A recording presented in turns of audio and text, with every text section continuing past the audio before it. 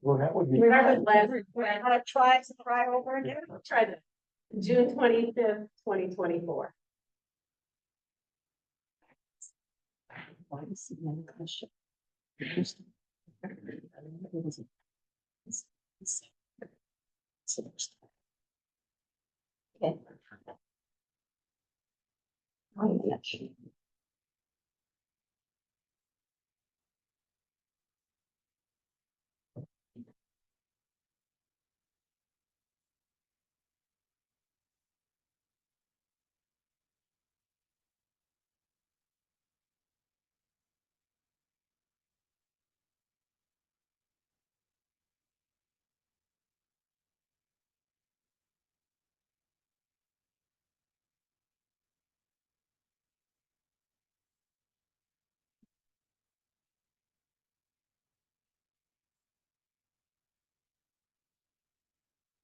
That last minute takes forever.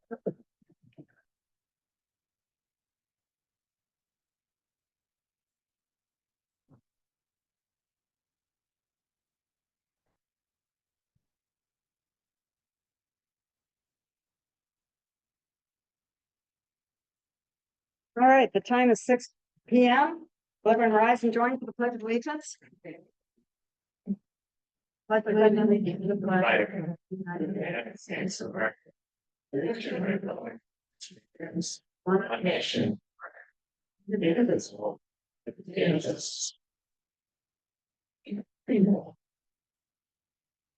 Let the record show that the board is all in attendance. Is there any correspondence or communication from board or staff?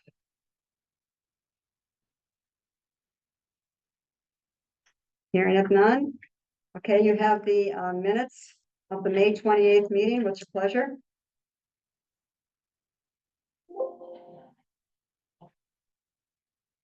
Is there a motion? Did you guys all see these notes now? We are using the buttons tonight. So if you want to make a motion, you need to push the button and Vicky's in charge of the controller over there. Put all new batteries and everything, so it's supposed to be working. So is there someone that would like to make a motion to approve the minutes? Yeah. Motion second. Any discussion? Hearing none, vote your ballot.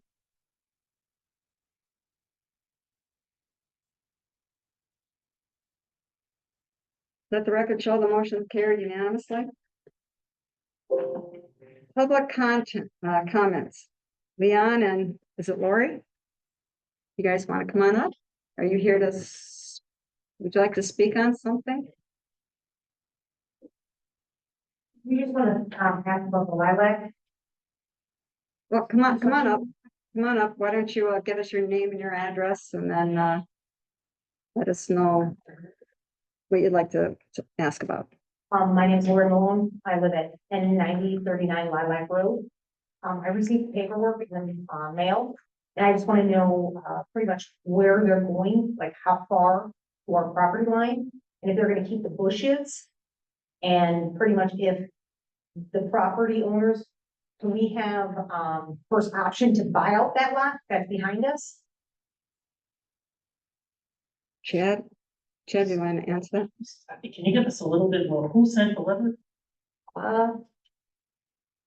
Anna Harrison, I want to hear. the village of Harrison. Who signed it?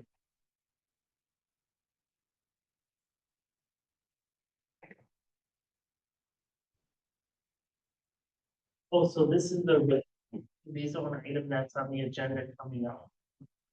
To rezone your property. This is on, Yeah, they sent a map. And they sent pretty much everything behind us. So I want to, rezoning their first. but they're each house, but I want to know, we can't buy that lot, that behind us, or are they just gonna pop houses right in? Can we hold this item until we get to the planning commission items on the agenda? Because I think the question. Okay, is that all right with you then? That's fine. All right. Okay, we'll come back to you then. Ed Crump?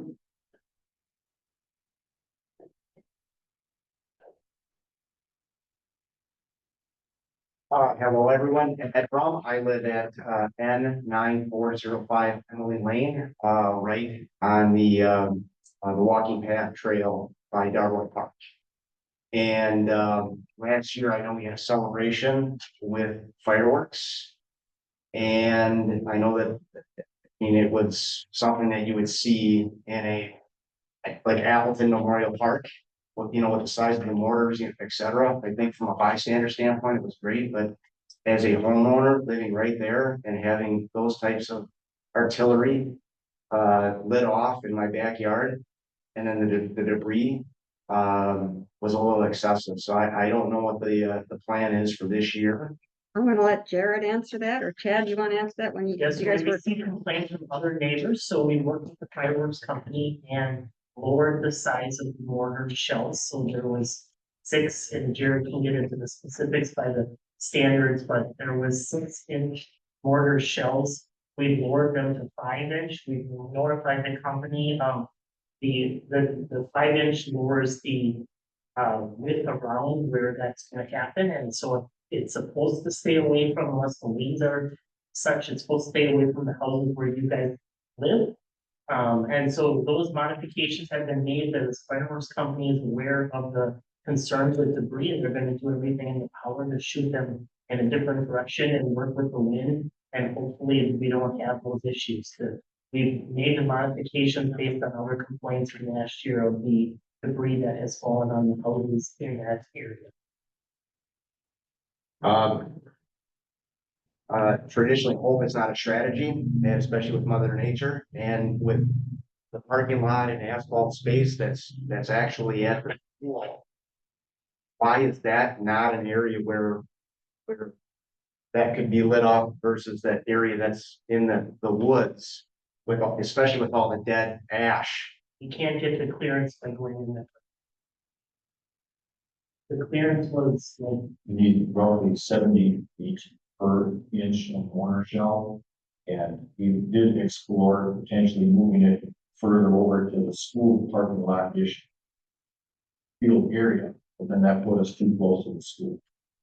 So we did try moving it to a lot of different locations, and in order to remain NFPA compliant, we still kind of needed to be in that one spot. But we did reduce the radius of the shelves and things. And I'll also add a comment, I did communicate with some of the neighbors, that if debris does happen to fall in your yard, we'll make sure that we do right, that we're not just gonna send somebody else to pick up one that's gonna be lawn and such, and put stuff on the roof or whatever, we'll make sure that take. Yeah, we'll work with you, I know you don't like the word hope, but we did reduce that border size of the shelf, and we're hoping that it does, pretty much eliminate the fall.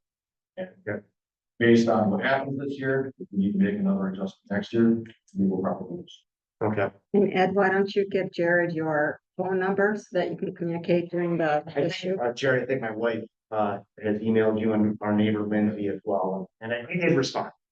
So I appreciate that. But all right, well, yeah, because it was last year. I mean, I had video of it, and it was raining down, and for months. I mean, there's still shelves in my landscaping, et cetera. And I mean, I actually had to call my roof and clean it. The gutters were overflowing. I mean, it was nuts last year. So, and we're aware of that, and that's why we made the adjustments, and we notified the company, and they're gonna do their best, and we're making some modifications in the park to accommodate them better. okay. All right. Thank you. Is there anyone else that would like to speak during the public comment portion? And if none, all right, we have a presentation by Jake from CLA. And Jake is on Zoom. Can everybody see Jake? And then we all received the copy. It was here when we got here today. Everybody's got their copy. Hello, Jake, you have the floor. Can you hear us? I can hear you. Can you hear me okay? Very good. Very good. Well, I appreciate you allowing me to join you via Zoom.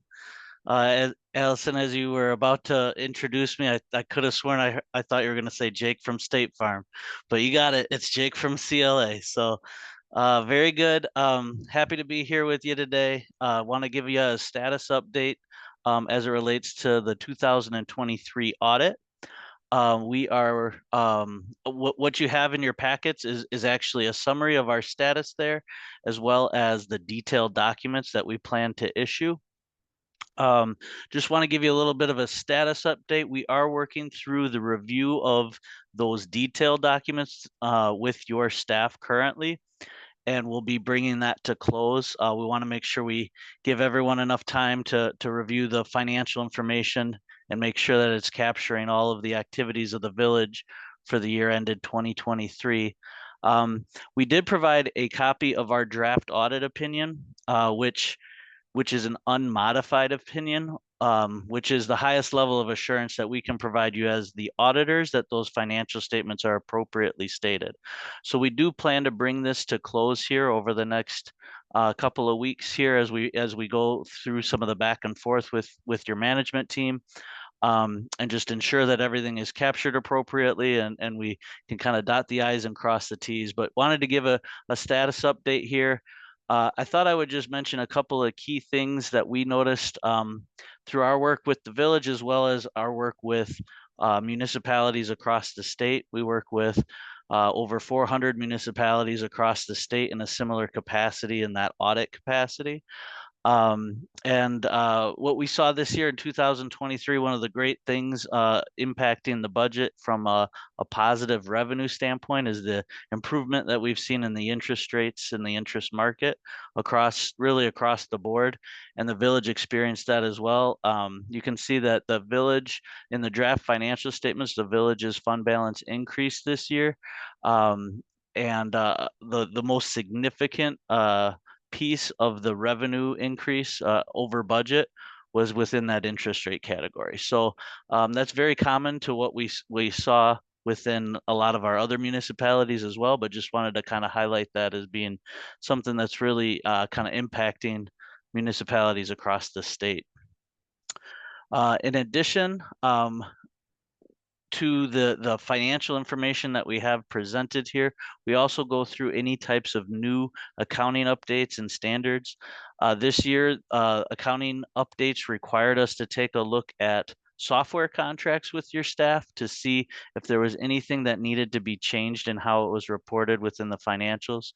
We were able to go through that process with your staff and had no new modifications to make within the financials. So the statements themselves are pretty consistent with what you saw last year in terms of the format and the presentation, as well as the policies and procedures that go into bringing that all to close. So no big updates that way.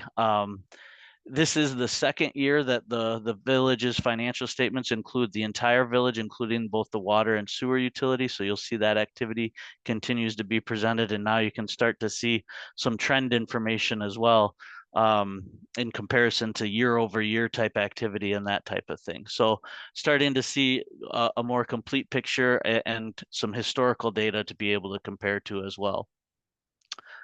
And then finally, as a result of our work, we also plan to issue 2 letters that cover some of the required communications around the audit process. One relates to those accounting policies and procedures. The key piece of information in there is, as we provide those final documents, we'll also provide a final listing of any journal entries that we proposed for inclusion within the financial statements. This is a list of entries that has kind of shrunk each year as we go through this process with your team.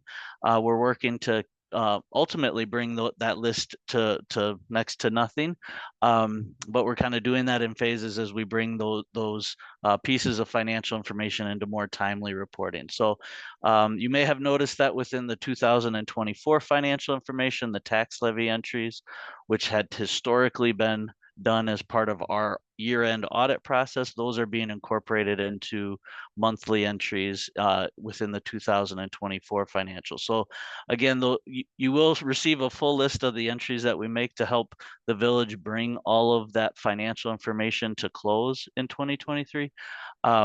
But we're continuing to make progress to really do those in real time in 2024.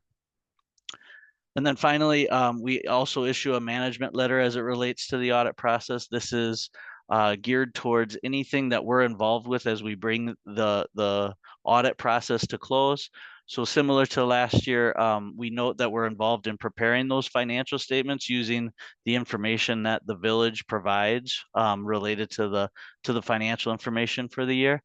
And inclusive of those audit adjustments that I mentioned earlier in terms of preparing those. So really the end result is those financial statements have the entirety of the activity for 2023 in accordance with the required accounting principles, generally accepted accounting principles.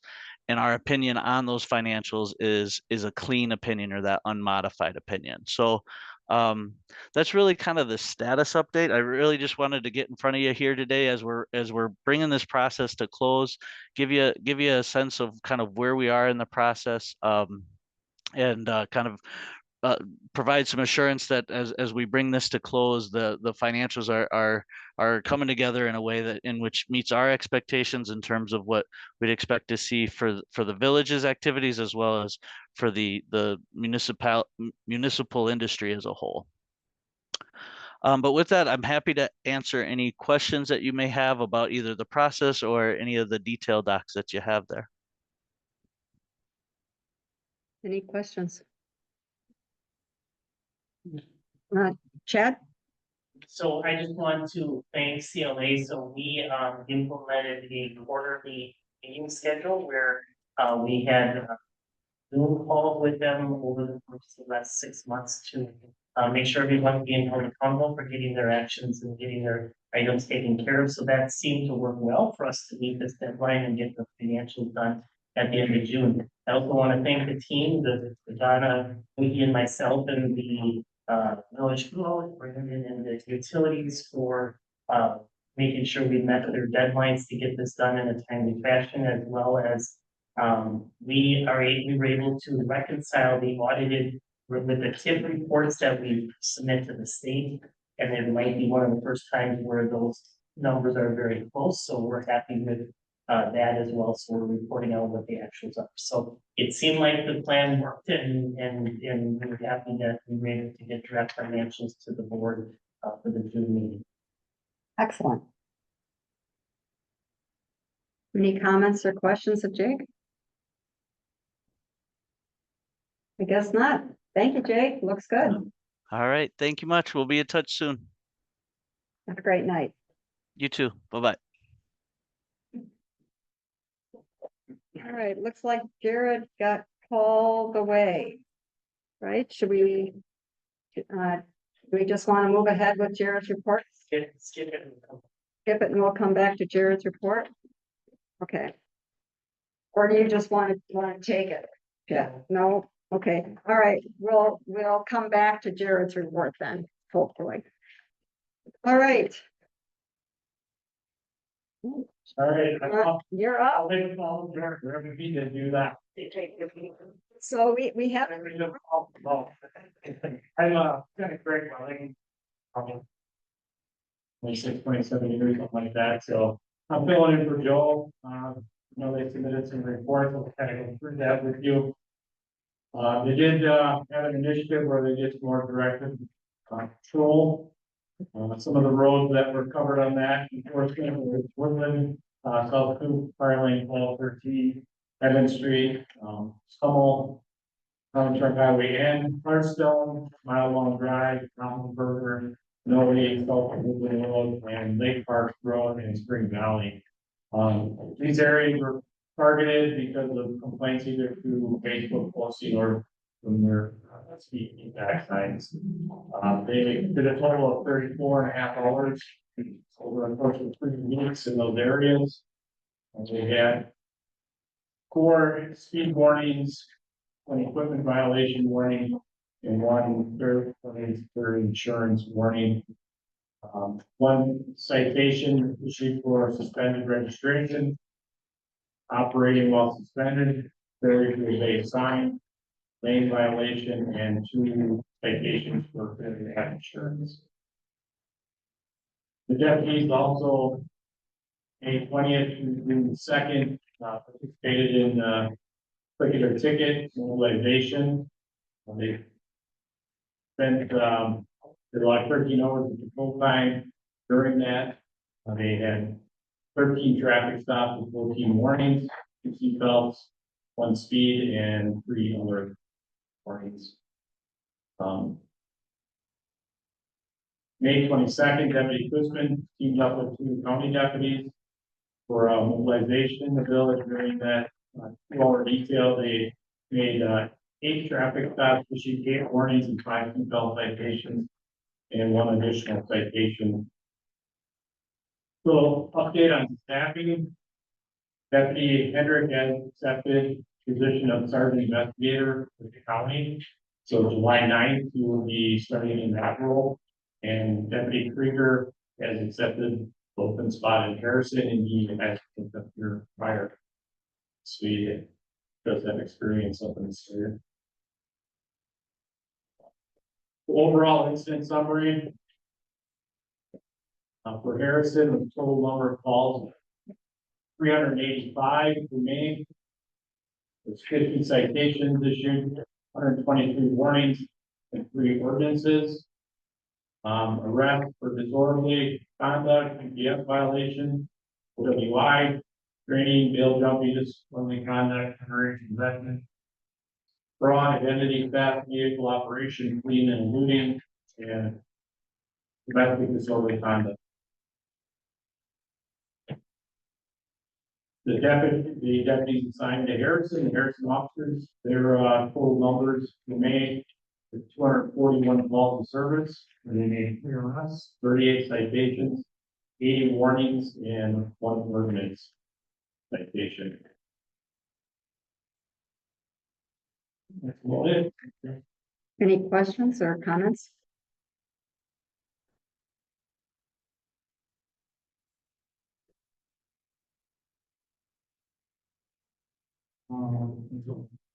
There we go. Okay. Trustee Lancaster. Thank you. Just a question on warnings versus citation. What's the, because there's a philosophy there. You just elaborate on that a little bit. There really isn't a lot either. It's kind of all dependent on the individual officer and what he perceives on a traffic stop. If the individual has a clear record, I'll just speak for myself. Individual is cordial, clear record, everybody stopped before, and they're within a boundary of say 10, wrong 10 over or less. Most likely will get a written warning in my book. If they have several warnings in-house and or citations, and they're doing 15 over, most likely gonna get another citation. So it's really, there is no core guideline.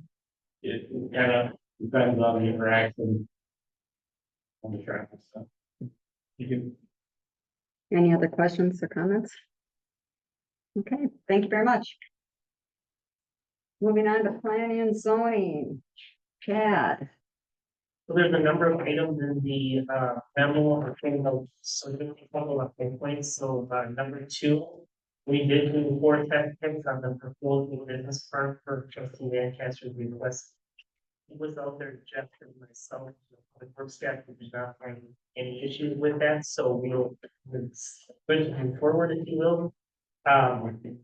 We are hopefully closing by the end of this week on a new 6016 Canyon Courthouse into Road, and then we'll then move into demolition with the DPW crew after that. We did issue a survey to the neighbors in that neighborhood to try to get some input on what they would like to see in that park, so that information will be forthcoming. The village of Sherwood has agreed to fund capital road projects, so that is being scheduled.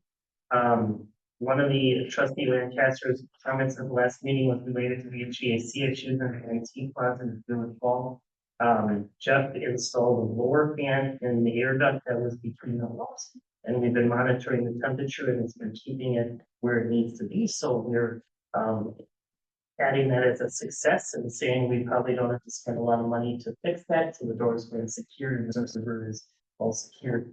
Um, this is a kind of a pet project of mine, and I've been in touch with the Kellyman County Sheriff's Department. I think the Harrison squads have too much Kellyman County stuff on them and need to have more Harrison stuff so that we can work on our image. So we're working on a redesign that we'll probably be bringing back to the board in July. We're number 9, we're changing cell phone providers from T-Mobile to Verizon because of coverage issues and hoping to go live with that in the coming days. And we continue to process a ton of new home permits and other zoning permits, and then working on drainage issues now and road project questions. Matt, is that a new button push or is that one that didn't get changed from the last one? It's not a new one, but I have one question. Leave it up. It'll leave it up, okay. Go ahead. Thank you. Just on the Cameo property. Is there any thought of leaving the power secured somehow until you know and get more resident surveys that if you end up needing some kind of power there that we're not having to pay We Energies to rerun stuff? Yeah, that's on my radar. I have a call into the contact that we worked with at Farmer School to get some information on that. We also talked to the Darwood Sanitary District engineer, which happens to be sitting across from me. And we're going to just have the water and sewer line for the future in case there's ever a need for a water fountain or something in there as well. Perfect. Thank you. Any other questions or comments? Okay, Vicky, you gotta clear the button. Yep. There we go. Okay, I just wanted to double check the directions, but it wasn't gonna go to both mode right now. All right, very good. Parks and Trails, Chad. So the Clover Ridge Trail, there was a small piece of that that connected from the main trail that was included in the resurfacing project that is there. We met with trustee Van Epke at Darwin to walk around and I think resolved a lot of misunderstandings and different things related to that. So we're working on some of that. There was some dialogue about dead ash trees, and that is on our radar. About finding somebody or having our staff work on at least getting the Kruger trees put out. We're working with Nick Van on the lighting plan and the future electric circuit. We're told to go out to bid soon on that, and we continue to deal with some pickleball court signage issues, so we keep clarifying the signage so that the users understand what we're looking for. Farmers Field, if you haven't been there, all the electric is in. We got a positive comment from a neighbor who was appreciative that she could still do stargazing because the lights weren't too bright there, so that was a good thing. We have a bid out on the street for the paving and parking lots and roadways, so that'll open next week. And then we're gonna start planning for tennis courts, trails, and basketball courts with graveling this fall with our staff, and then be putting that in possible paving projects next year. And then start looking at the park shelters and including that in the 25 budget. And then Renwood Park, there's a separate document on the agenda to discuss and design of a natural inclusive playground at that location. Any questions or discussion? No? Okay, very good. Thank you. All right, Public Works and Engineering, Chad. So, the staff has completed the first round of ditch cutting. They were also working on a number of road maintenance, signage upgrades, lawn cutting and dumpster enclosures. Just a little bit about projects. So Amy Avenue and Peyton Street are completed, and the restoration is near completed as well.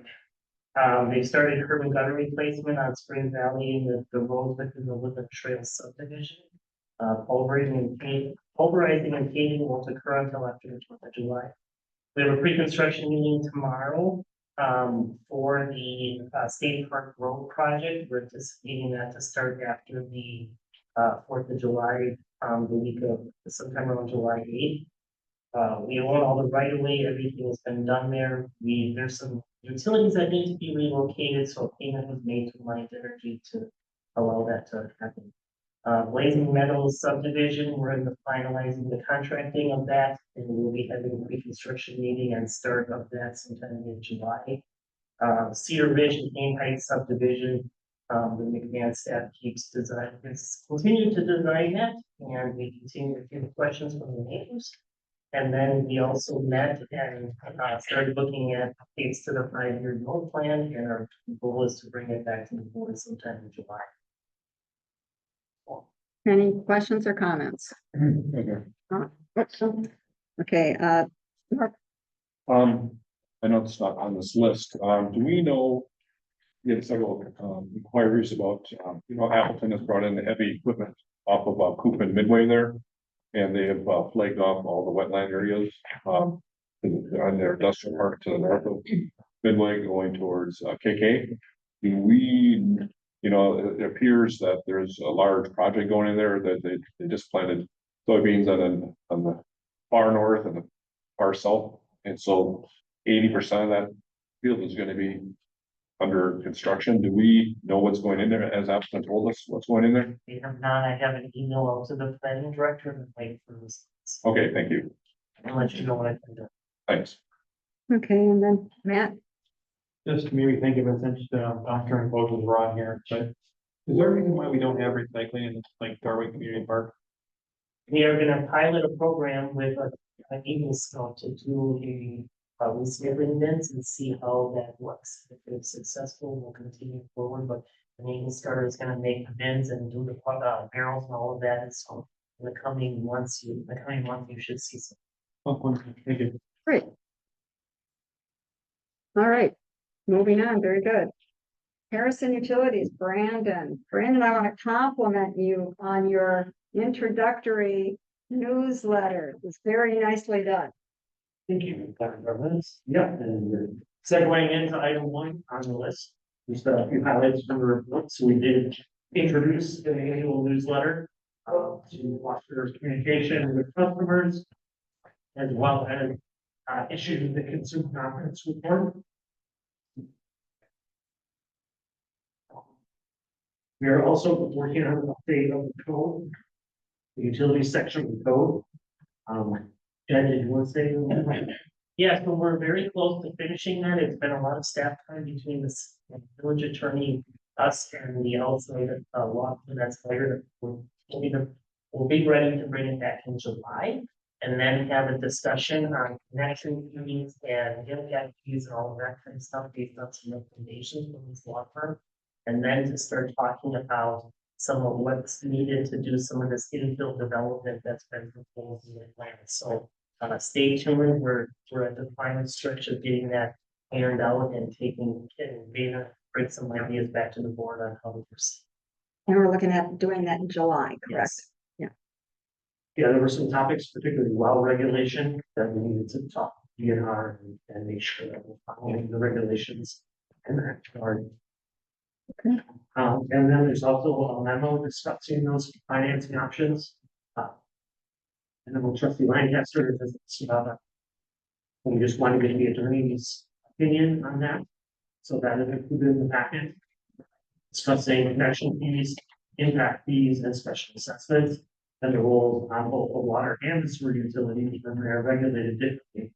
Essentially, what those financing options will be, but we envision that, in a larger context of looking at providing service in Pump Station 4 and 6 area, and then potential expansion to the east. And so, given, past discussions and changes that have happened with the connection fees, we wanted to make sure that we were following what the regulations and statutes state for the use of those various. And that's the discussion that will happen at the July meeting, correct? Yes. That's part of the ordinances, Chad, and we had discussed potentially working with a firm to provide maybe some of the financial guidance on those pieces as well. So I see an intersection between engineering, legal and financial, and I think we want to make sure we have all those pieces in mind to make sure doing this thing up. And then in a similar vein is an update of the the sewer study that was presented in April in a summary version by Joe Martin and Tinsley. So just to enter it into the record for the board to have the full warrants. I did want to note, from feedback, the Hanchey regarding the inflation factors, we did update those to 5.5%. Annually for construction inflation, I think just give a little bit more realistic figure as we look at the future of those that to be considered service. Okay, question by Matt. Thank you. Just encourage you, that you guys do need help from a financial standpoint on any of this, you know, bring that forward to us to provide those resources for you. We will need. July, That's very- that's the July meeting. Right, because it is very, this memo is very helpful, and it's good to see that properly done, of course, that we do have some possible ability to charge some impact fees, some of this development on here to, so it's good to see. Any other questions or discussion? Vicky, push the button for me. Thank you, dear. All right, are we ready to move on, guys? Go. Okay. Clerk treasurer, financial summary and ARPA report. Vicky. So, just a couple highlights, we are progressing with the online form portal, so that will be done. And ready to go, we're getting the financial side and the forms and the website while we're doing together. This week we'll have over 600 absentee ballots mailed out. So that is quite an accomplishment to get that many done in a 24-hour period. Ballots should be here tomorrow. We were hoping for them to come today or yesterday. But tomorrow's the state deadline for them to arrive, so we'll be busy in the next 2 days. On the treasurer side, I just wanted to point out, I had included, just a little summary of the new net construction. Some numbers that I pulled off of the state report will be this guideline. I think it's very interesting to see where our so the state's net new construction report is going off of equalized values. In layman's terms, it's basically saying this is the fair market value, because obviously everybody across the state is at a different percentage of equalized value. So to get it equal, they adjust it. So Harrison right now has equalized value of $107,967,600 in new net construction in 1 year. That's amazing. We were 16th out of the 1,913 communities. That's huge. So I thought that was very interesting. If anybody is interested in the full list, showing the entire state, that is on the Wisconsin Department of Revenue website. I'd be happy to share it if you need it. Otherwise, if you have any questions, the ARPA report and financial statement are also included. And we are slowly trying to work that financial or the ARPA funds down. Staff has been supplying me with their purchase orders and receipts. In July, we'll be able to take another good look at it and see exactly where we're at. Any questions or comments for Vicky for the financial statement, treasury report, or ARPA, or the budget? Hearing of none, we're moving on. All right. Approval for bills and claims. You have the bills and claims before you. Is there a motion to approve? Need someone to push a button.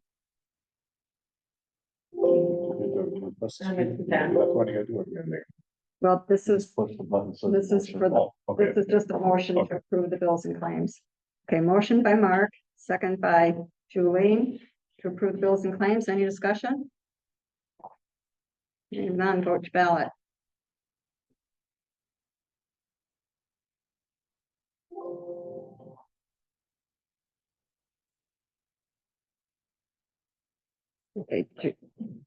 Okay, I'll let the record show the motion's carried unanimously. Very good. Okay. We have no old business for tonight. Sounds good. Okay. Then we are to review the 2023 financial statement and draft by CLA. Vicky, So you have the draft. Was given to you today. Obviously, while Jake was talking, he had requested that we do not make a formal motion to accept it tonight. Give everyone a chance to look it over. And he's requesting that we postpone the formal acceptance by motion to next meeting. so we don't need to take action on that tonight at all. The idea is to table the action. Is there Or one you motion to could table? motion to table it to July. All right, is there a motion to table? Somebody want to push a button? Okay, motion by Darlene. There was this, I think Mark was the second. Yes. Okay, that was quick. All right, any discussion? Okay, vote to ballot. We'll figure out these buttons yet. Oh, I'm just glad I'm not the one trying with the controller. Yeah. Would you try hitting your motion again? Motion by Darlene? Darlene, not working. It wasn't me. I didn't break it. I didn't break it.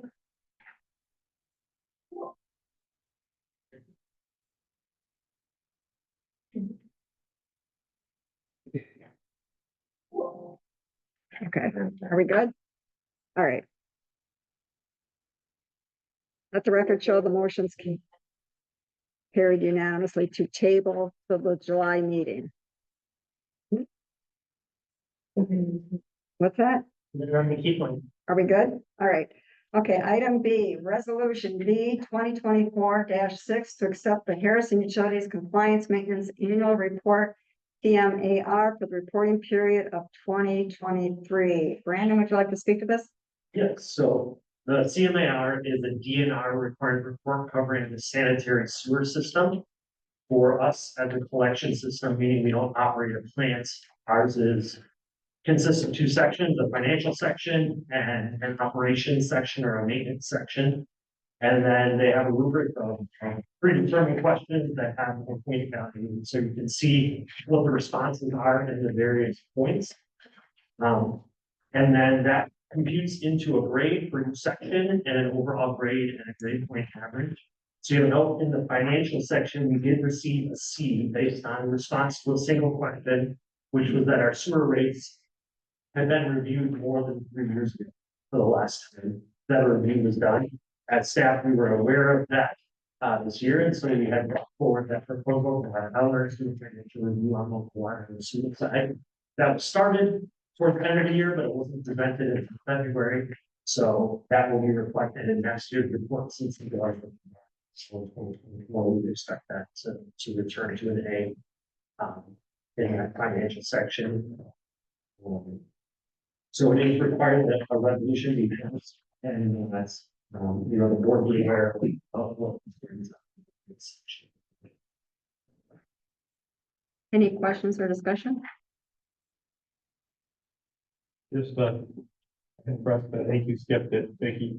Well, there's, looks like Scott, I had pressed the speed, but you did, I didn't yeah, I did, Vicky. hit Yeah. the button real quick. flash. Before. Well, just go ahead and talk, Matt. What do you, go ahead. Well, I would suggest that we do a voice vote on this because we're one off. Up there, we're at 9C and everyone's gonna be off. This is 9B and we don't want us to be off, so we should. Let's Vicky can go back. We should just do a voice vote on this item so that things don't line up again for that, because that's why we're voting on. Once the vote has recorded, I can't go back. Right, so we should do a voice vote on this and then that will rectify. Then we'll be back on C. Because I'm sure this will be unanimous on what we do. So, All right, so we'll do a voice vote for V 2024-06 to accept the Harrison Utilities Compliance Maintenance Report. So roll call vote. Do we need a second?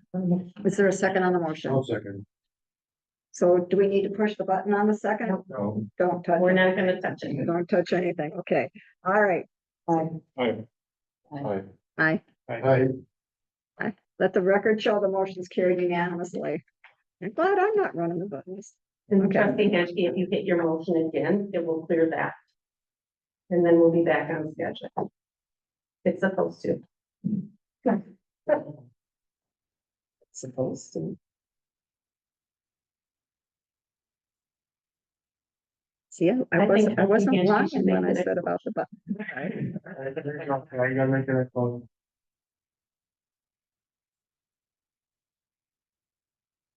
Well, we could just leave it up there for the next one. We're on for the TIDS. And now trustee Lancaster. Wait, we ready for the TIDS? We're level up? All right, Chad, would you like to speak to the TIDS? Sure, so the chart that's in your packet shows the current situation with the 6 TIDs. We're only required to report on the first 4 TIDs due to the timing of the certification of TID number 6. However, this has been reviewed by the 3 different joint review boards because we have 3 different school districts. But you can see that TID 1 has a cash balance at the end of the year of about 832,000. And then county AK, TID 2 is the one we've been talking about, the business park, has a balance of about 211,000, and then there are lesser amounts as you go down. TID 5, the deficit there is the purchase of the land, which is to be given at 594. We are doing, as you do put on the agenda, amendment to TID 5 for some additional land, some additional development, so hopefully going forward, those numbers will look good. And then the TID 6, the Darboy, is an incentive that was given to the Darboy developer to tear down the building. This does not include Mr. Groom's tech house, so there is some increment already generated there with more. So overall, I think the financials are good. Matt, since you got your button lit, you're good? Good. Okay, Vicky, can you clear that Yeah. button? All right, any questions or discussion? Discussion only, so we will move on then. Very good. Item D, Resolution D 2024-07, approving an amendment to the project plan and boundaries of tax incremental district number 5. Chad, would you like to speak to this? Yeah, so we worked with elders and this being discussed at the last board meeting, about bringing in some, territory into the TID. So this is the village center TID, if you will, on County Highway N. So this will include bringing in the piece that we would buy from, Scottsdale along the frontage of County Highway N, just so, Schmidt Road. And then it would also include bringing in these newly planted residential Uniac Meadows Phase 2 to provide some cash into the performance. So if you look through the project plan, the financials are kind of already out there. In the end, there's no cash flow. So, you know, the recommendation is to move forward. Attorney Smith has had a chance to look at it as well and has made a legal opinion that it meets all the requirements, so. Looks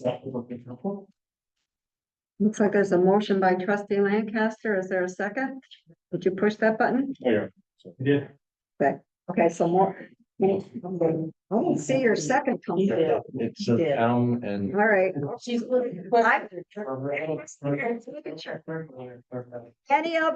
Any other discussion? Well, and then so don't have to, do, Set it on the. or the grant this as long as. Right. Just matches this. Okay, perfect. All right. Vote your ballot. Oh, no decision. We had our discussion. Let the record show the motion's carried unanimously. Vicky, you gotta be a little slower on that second so that I can see it. Well, it's red. So it's harder to see. All right, very good. So that is passed. And then item E, renaming of Crossroads Development to Crossroads Business Park and the renaming of the streets. Chad, So the crossroads, we want to get this cleaned up now so that when we're filing documents, we're all under the same name. So the recommendation is to call the Crossroads Development, the Crossroads Business Park. It makes sense for that because it is. And then to rename one road, the original plat, the French preliminary plat, and Jean's Road, we would like to rename that to Fieldcrest Drive. And Fieldcrest Drive is the same name that is across in the town of Buchanan on the north side of K. There is no other Fieldcrest Drive in the village, so that would be the main road through this park. And then there's a crossroads court that would stay the same and has a cul-de-sac on it. We're asking that that just stays the same, but we feel that it would be easier for staff to be putting it under the right name instead of changing halfway through, so we're hoping for the. Looks like there's a motion and I missed who the second was, Vicky. You flipped I that through. didn't. That was me. It was you. Oh, it's saying there's currently already somebody seconding the motion. So, With the motion by Julie. No, I made the motion and Scott seconded, that's why it's giving you that, because it's already, that's why. there was already, so what is it asking me, a yes or no answer? I can't read it from here. They're kind of this motion, No. are you sure you want to allow the new motion? Say no, you don't. Thank you. There you go. Okay, all right, all right. All right, so there's a second, I know, we have a motion and a second to approve. Any other discussion?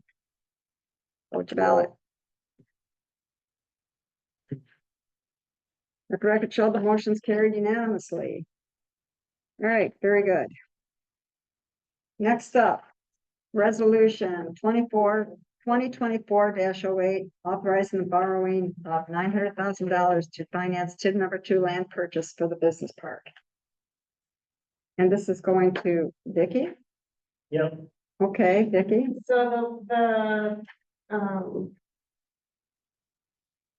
part of the process was to use the state trust fund in order to purchase the land to acquire the business park.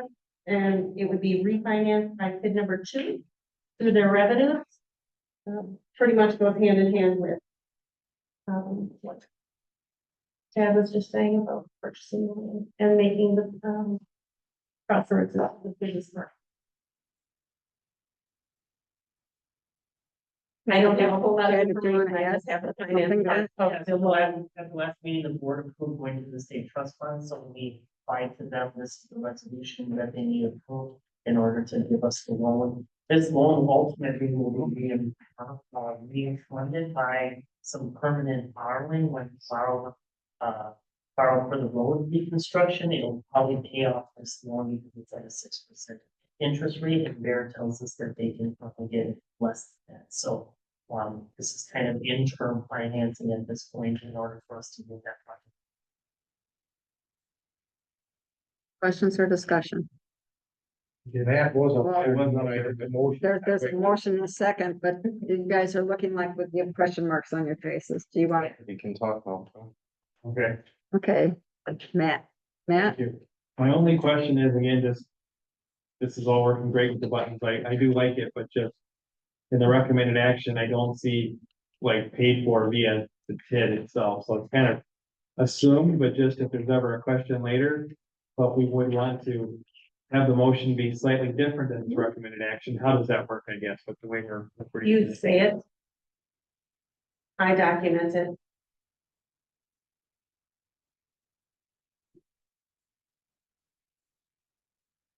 It's just not, maybe it's being, yeah, I guess in the budget impact. It's not showing up on the bottom, if that's what you're asking. Yeah, In that gray section? Is that what you're asking? no, in the recommended action, On this one? You want more detail?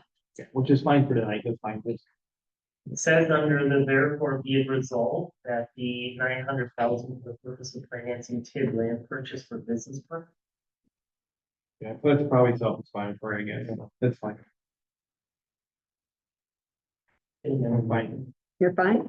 Okay, you can, any other comments? Okay, now, motion, someone do a motion. We already did. Good.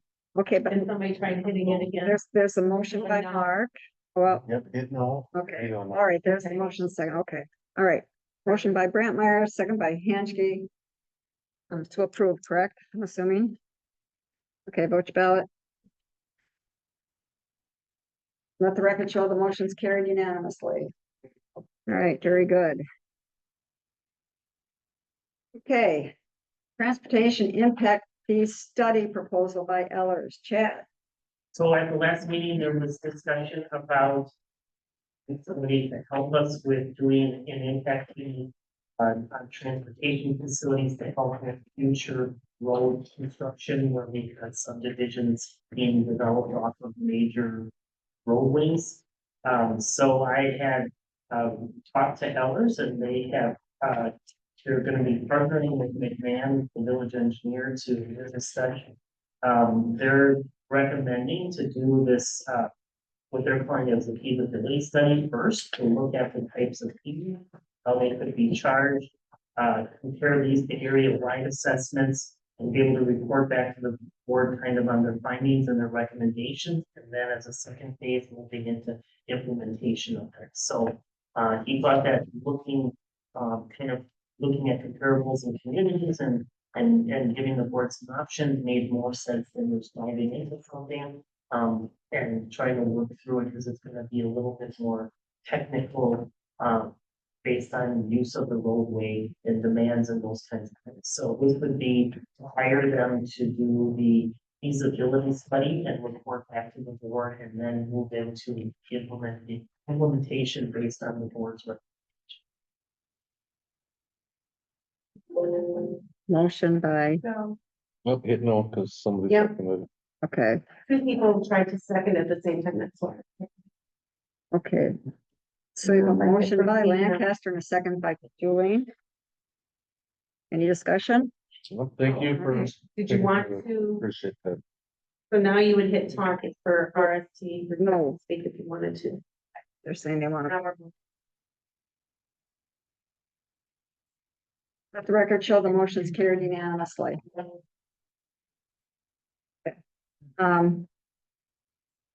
Okay, request for board permission to request Wisconsin Department of Transportation to conduct a speed study along State Highway 114, Pigeon Road to County Inn. And Chad, you're up again. So we've been contacted by a village resident who lives along State Highway 114 and always lets us know every time there's an accident out there. So she's done some research on her own as to how one goes about requesting the DOT to study this section of the road and see if there is any issues and what needs to be done with it. So I think this goes to the discussion the board had a few months ago about this intersection out here and the challenges that exist out here. We all know that the speed is nuts on this road. So what I'm led to believe is that the municipality needs to make the request to the DOT. They just don't take a citizen request. So this is asking the board to approve allowing staff to send a letter off to the DOT to have them do a study on this area of the road from Pigeon Road to County Highway N, given that there was just another accident last week at Fire Lane 13. So there's been 27 accidents in this stretch of the road the last year, I think it has been. So it's been pretty significant. Okay, there was a Matt. Yeah. You had a comment? I did. Okay. Is there a limit to the length of roadway to ask them to study at one time? The reason why I'm asking is if we're doing this, my suggestion, we'd ask them to take this all the way to Oneida Street. Because there's also been numerous accidents along all of the fire lanes, including also a fatality in front of Christ the Rock Church in the past couple of years as well. I think that's a valid point. I would say let's start with this one first and then, because I have no idea how long this is going to take. Do you know anything about speed studies? So I don't want to overwhelm them and we hear nothing. So let's start with this, and if it's the process is efficient, then we'll come back and get future board approval and go for that section. That's fair. Okay. Motion by Scott. Is there a second? Second by Motion, sorry. Trustee Baldwin had motioned before. okay. Brett Meyer had seconded it. I hit the button so that it would go into the discussion and it still kept your motions. Okay. So this is the correct motion. Okay, so the motion is to authorize staff to contact Wisconsin DOT to conduct a speed study. Yep. All right, you prepared to vote your ballot?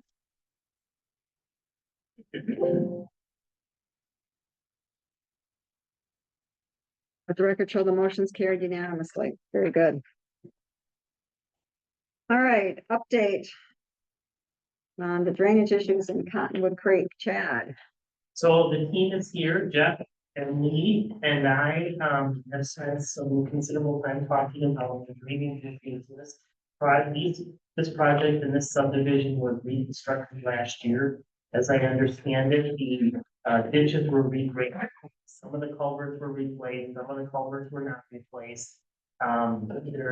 There's some issues with the way, the grades and the elevations on these ditches and the slopes and all of that good stuff. So what's happening now with the rain and the precipitation we're having is that there's all of the sump pumps, and then this is a very wet area, so some of these people have 2 or 3 sump pumps in their basement. All the sump pumps are discharging into the ditches, and the water they're constantly wet. The water is not draining away. And there's challenges with it because it's so flat for this to go anywhere. So as I understand, 3 years ago, I came before the board to do a project with a mini storm sewer system in this area.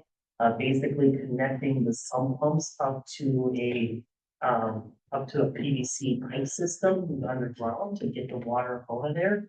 And then the normal water that would go into these ditches from runoff on the roads and stuff, the ditches are designed to handle that. It's really the sump pumps that are causing the continuing issues in these ditches. So the unfortunate thing is we now need to bore this, directionally drill and bore these pipes in because we repaved the road. In these original proposal back 3 years ago, it included boring this in, and if I'm not mistaken, it was, go ahead, you want to say something? 3 years ago, the project included putting in a mini storm sewer system, hooking up all the sump pumps to that system. Knowing that we were gonna be repaving the road, so it's all gonna be just a trench excavation for that storm sewer. Would have been considerably cheaper than what we're probably gonna be looking at now, because now the road is paved. Obviously, we don't wanna go in there and disturb that newly paved road. Also, all the driveways majority of the driveways have been paved, the culverts have been replaced. So it's gonna be a expensive project to bore underneath all the driveways, underneath the roadways. One proposal would be that we go in there and we just replace all the driveways again. We're not replacing the culverts, we just be removing them and resetting them. I think that would probably be a cheaper option than to actually directional bore all the storm sewer throughout the subdivision. So do we have rough costs? So I ran through some costs to re-excavate, in a storm sewer system. Now, the other thing that we gotta keep in mind is there's bubbles on the southern end down on Older Way. So the original plan was to minimize structures out there. We'd actually be putting that storm sewer in the road to get around those curtains. Now that we've just paved the road, I'm proposing that we put manholes all the way around those bubbles. So instead of having one manhole previously budgeted, now we're probably gonna end up having 4 or 5 manholes to get around without disturbing pavement out there. So it's gonna be considerably more expensive to put in the storm sewer now than if we would have done it as part of the ditching project last year. So my budget numbers right now, would be about $605,000 put in the system.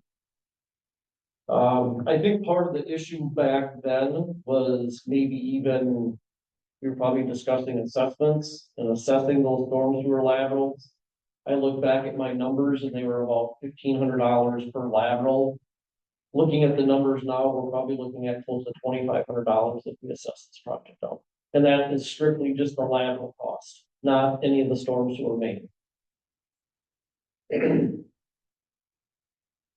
So staff we feel we need to do something. We don't, it appears like a long-term plan, and I realize it comes at a cost. It was a lot cheaper back then. If the board so chooses to move forward, think there's funding that obviously can happen out of the savings that we have from this year's projects as well as the stormwater utility fund. And if the board is in support, our next step would be to have a neighborhood meeting with all of the residents so that we can talk one-on-one with them.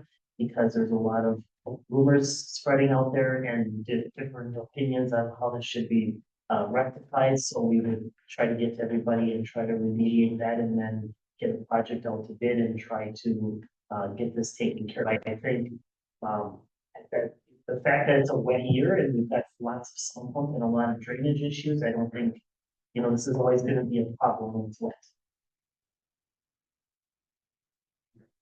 Okay, let's see, trustee Lancaster, question? Thank you. So definitely appreciate the staff's time looking at this. Unless the neighborhood is willing to make a significant contribution in the form of assessments, I'm not in favor of this because we need to make sure we're treating the entire village fairly. If we have a road policy that's in place that says the village puts in place back exactly what's there. Anything in addition with improvements, those are assessed. And we went through a lot around Sunrise School, those residents not with an assessments and things, and those individuals got some got some larger assessments because of driveways and culvert lengths and all of that. And that's in very recent years here. And if we would then go into a project like this without assessing, that's a slap in the face to all those individuals who just paid that, and also it violates our own policy. And we put that policy in place because of various issues like this coming up. Golden Way was another example here in my neighborhood as well. If we have a policy to go back on to say we are treating the entire village the same and fairly. Thank you. And to those comments, if I may share, I think you make valid points. I think, if the board, if that's the direction the board is as a whole leading with.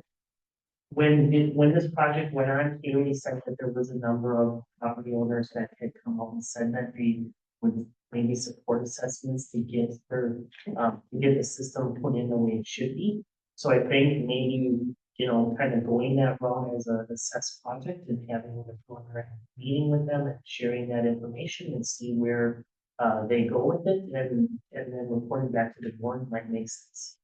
Right, Julie had a, My question's been answered. It had to do with assessments, so thank you. okay.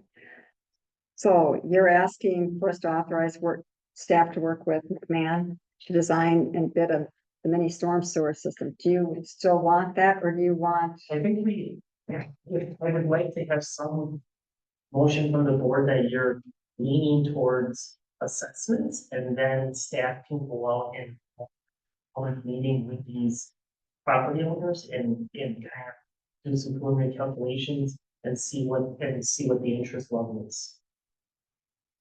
Is there a motion? Motion in a second to, So my motion would be, I thought That- she made the motion. oh, you She made the motion. motion. So see if this agrees or lines, but, my motion would be to authorize McMahon to design and build a mini storm sewer system in the ditches to connect the sump pumps along with, cost to assess the residents. Does that do it? to do a special assessment. Correct. Special assessment, yes.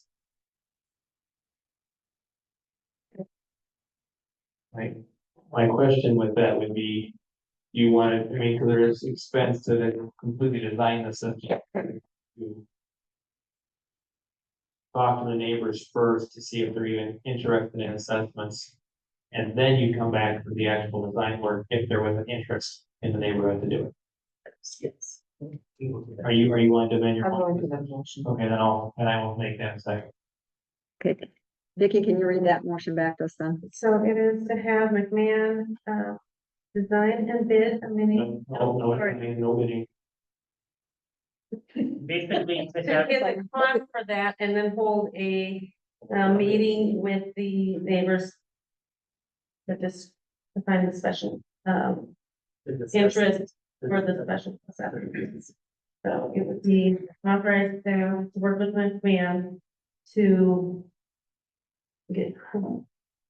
To talk with neighbors, because we're not gonna give them any numbers yet, right? Or are you planning to give them We would, numbers? so I think we can do some work on our general engineering agreement that the college has in place and give us some preliminary numbers of what the assessment might be. And then we'll take that and share that with the neighbors. Okay, so read that back to us one more time. And actually, before we start, Yep, go ahead, Matt. so I have a suggestion. Actually, trustee Hansky had a great suggestion. You want to say your suggestion, trustee Hansky, because I think that is the spirit of what we all want here too. Guess my suggestion would then have a meeting with the neighbors about possibility of having a mini storm sewer put in per the village's policy outlined in the road policy. And then from there, you know, they can decide if they want to move forward or not per policy of the village as far as the road policies. That would be my suggestion, if you want to redo your motion that way. It's just cleaner that way. Well, we report back to policy, which is what we all want to follow, if you're perfect, but. I'm trying to press to speak, but it's not. We're in. Go We're off ahead, the Julie. podium already. Go ahead, Julie. Go ahead, Julie. Yeah, my only. That would be, I mean, if I'm a resident and I'm being brought to a meeting to talk about this, I want to know how much we're talking. At least, at least. We'll have this. Okay. Preliminaries, yes. Okay, so state the motion one more time. Please.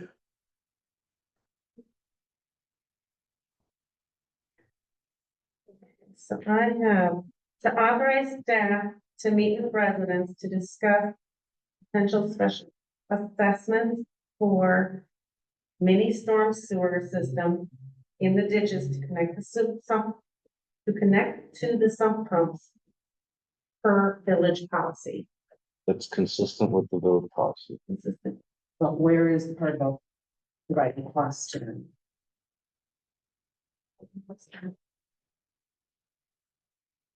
And it doesn't say. Yeah. Preliminary assess. To discuss Preliminary, yes.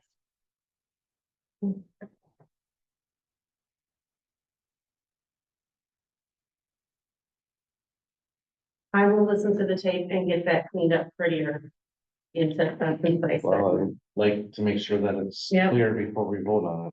Okay, so One it is more time. to authorize staff to meet with residents to discuss preliminary costs for a mini storm sewer system in the ditches to connect to the sump pumps following or consistent with the village policy for special assessments. Everybody good? All right. Ready to vote your ballot? Vote your ballot. Let the record show the motion carried unanimously. Very good. Okay. We are up to item J, ordinance V 24-08, zoning map amendment to rezone parcels 33-408 and 33-418, Rumar Properties LLC Kimberly Trail. Ted, would you like to speak to this? Sure, so Ken, the developer looking to develop a subdivision of 12 lots. Connecting the southbound place and the Paper Ridge Trails or whatever it's called to the east. And this is, the first item is to rezone the parcel that was created for 33-408 and 3418 from agriculture to single family.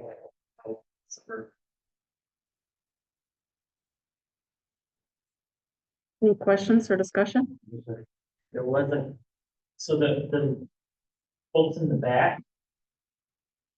I don't know if, thank you for this. Sure.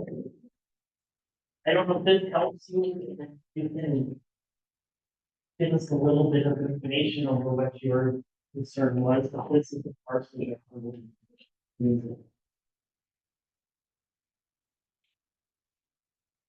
Yes. Pretty much. I just want to know, because that's my backyard. They have backyard, so, there's bushes right here. So how much are they gonna tear down all bushes? Or what do they plan on, how that gonna work? Kent, do you wanna? run it? So. The majority of those, that rough line is on outside the property. Okay. We do have to run drainage along that side. Our goal is to minimize how much of that project is along. There is a small bit that's currently there. We'd like to try to utilize that as much as we can. The goal is to leave that as much. Your benefit and the new property. So I can't guarantee that none of it will be removed, but we're gonna minimize it as much as we can.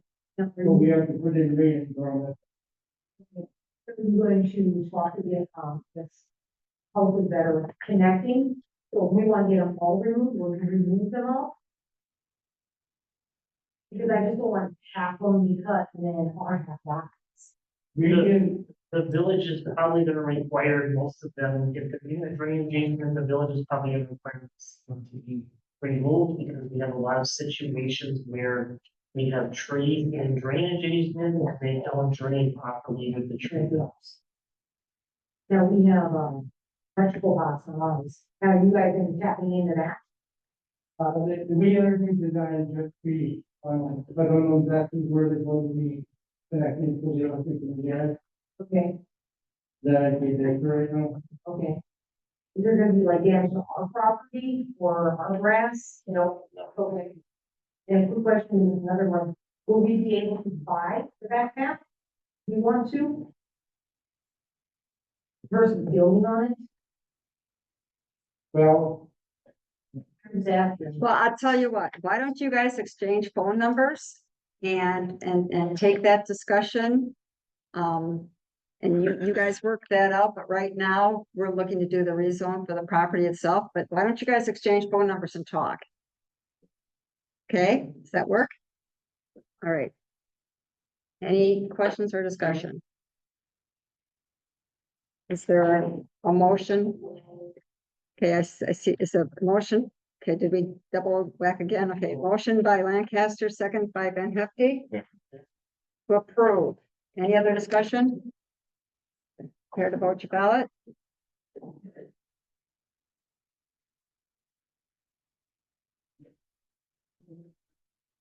There we go, there we go. All right. Let the record show the motion's carried unanimously. All right. Preliminary plat, Cedar View subdivision, Lumar Properties. Chad, would like to speak to this So it's issue? the same thing, in your packet is a preliminary plan, the whole. I don't know if there's anything more to say, we're working on a development agreement and we'll be working through the finance writing process, so. The planning commission recommended it, so we would recommend the board to it. Looks like we have a motion and a second by Van Hefty and Lancaster. Any discussion? Then vote your ballot.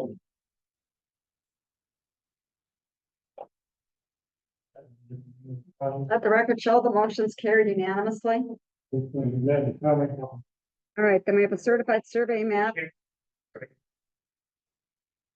I did want to add one comment, I know that the difference on the approval, just want to make it known, working with the village engineer, there is, I guess the drainage and the storm sewer is not a kind of a claim out. We're probably gonna look it out. The two adjacent developments weren't ideally planned, I don't think, for the property in the middle. Hopefully we can work it out. I don't know if there's any negative comments on that, but we just want to make it known that it wasn't ideal. The way the other developments were designed for the stormwater. So Okay, hopefully, I don't know, You're gonna work with, I'll only add to what Ken said, and we're working with Ken's engineer. So part of this subdivision potentially brings into Papermaker Ridge to the east. Ken's engineer is working, trying to determine if that subdivision actually the size for any of the drainage from the property. And then same thing to the west, or this development drains into the west subdivision, which Kent's engineer actually did design. So we're working with them to resolve. And then there's some drainage issues to the south as well, so we're just trying to get everything reviewed, with Kent's engineer. And we'll have our comments back to the village. thank you, Lee. Any other questions or comments? Very good. Certified survey map for Kathy Johnson, N 8801 Coop Road, parcel 33,588. Chad, So, Kathy Johnson and her husband are just subdividing a property that, had a house and a garage and a barn on it. I think their intent is to sell it off for single family lot in the future. So the staff is recommending. there's a motion by Julie. Second by Mike. Any discussion? Seeing if none, vote to ballot.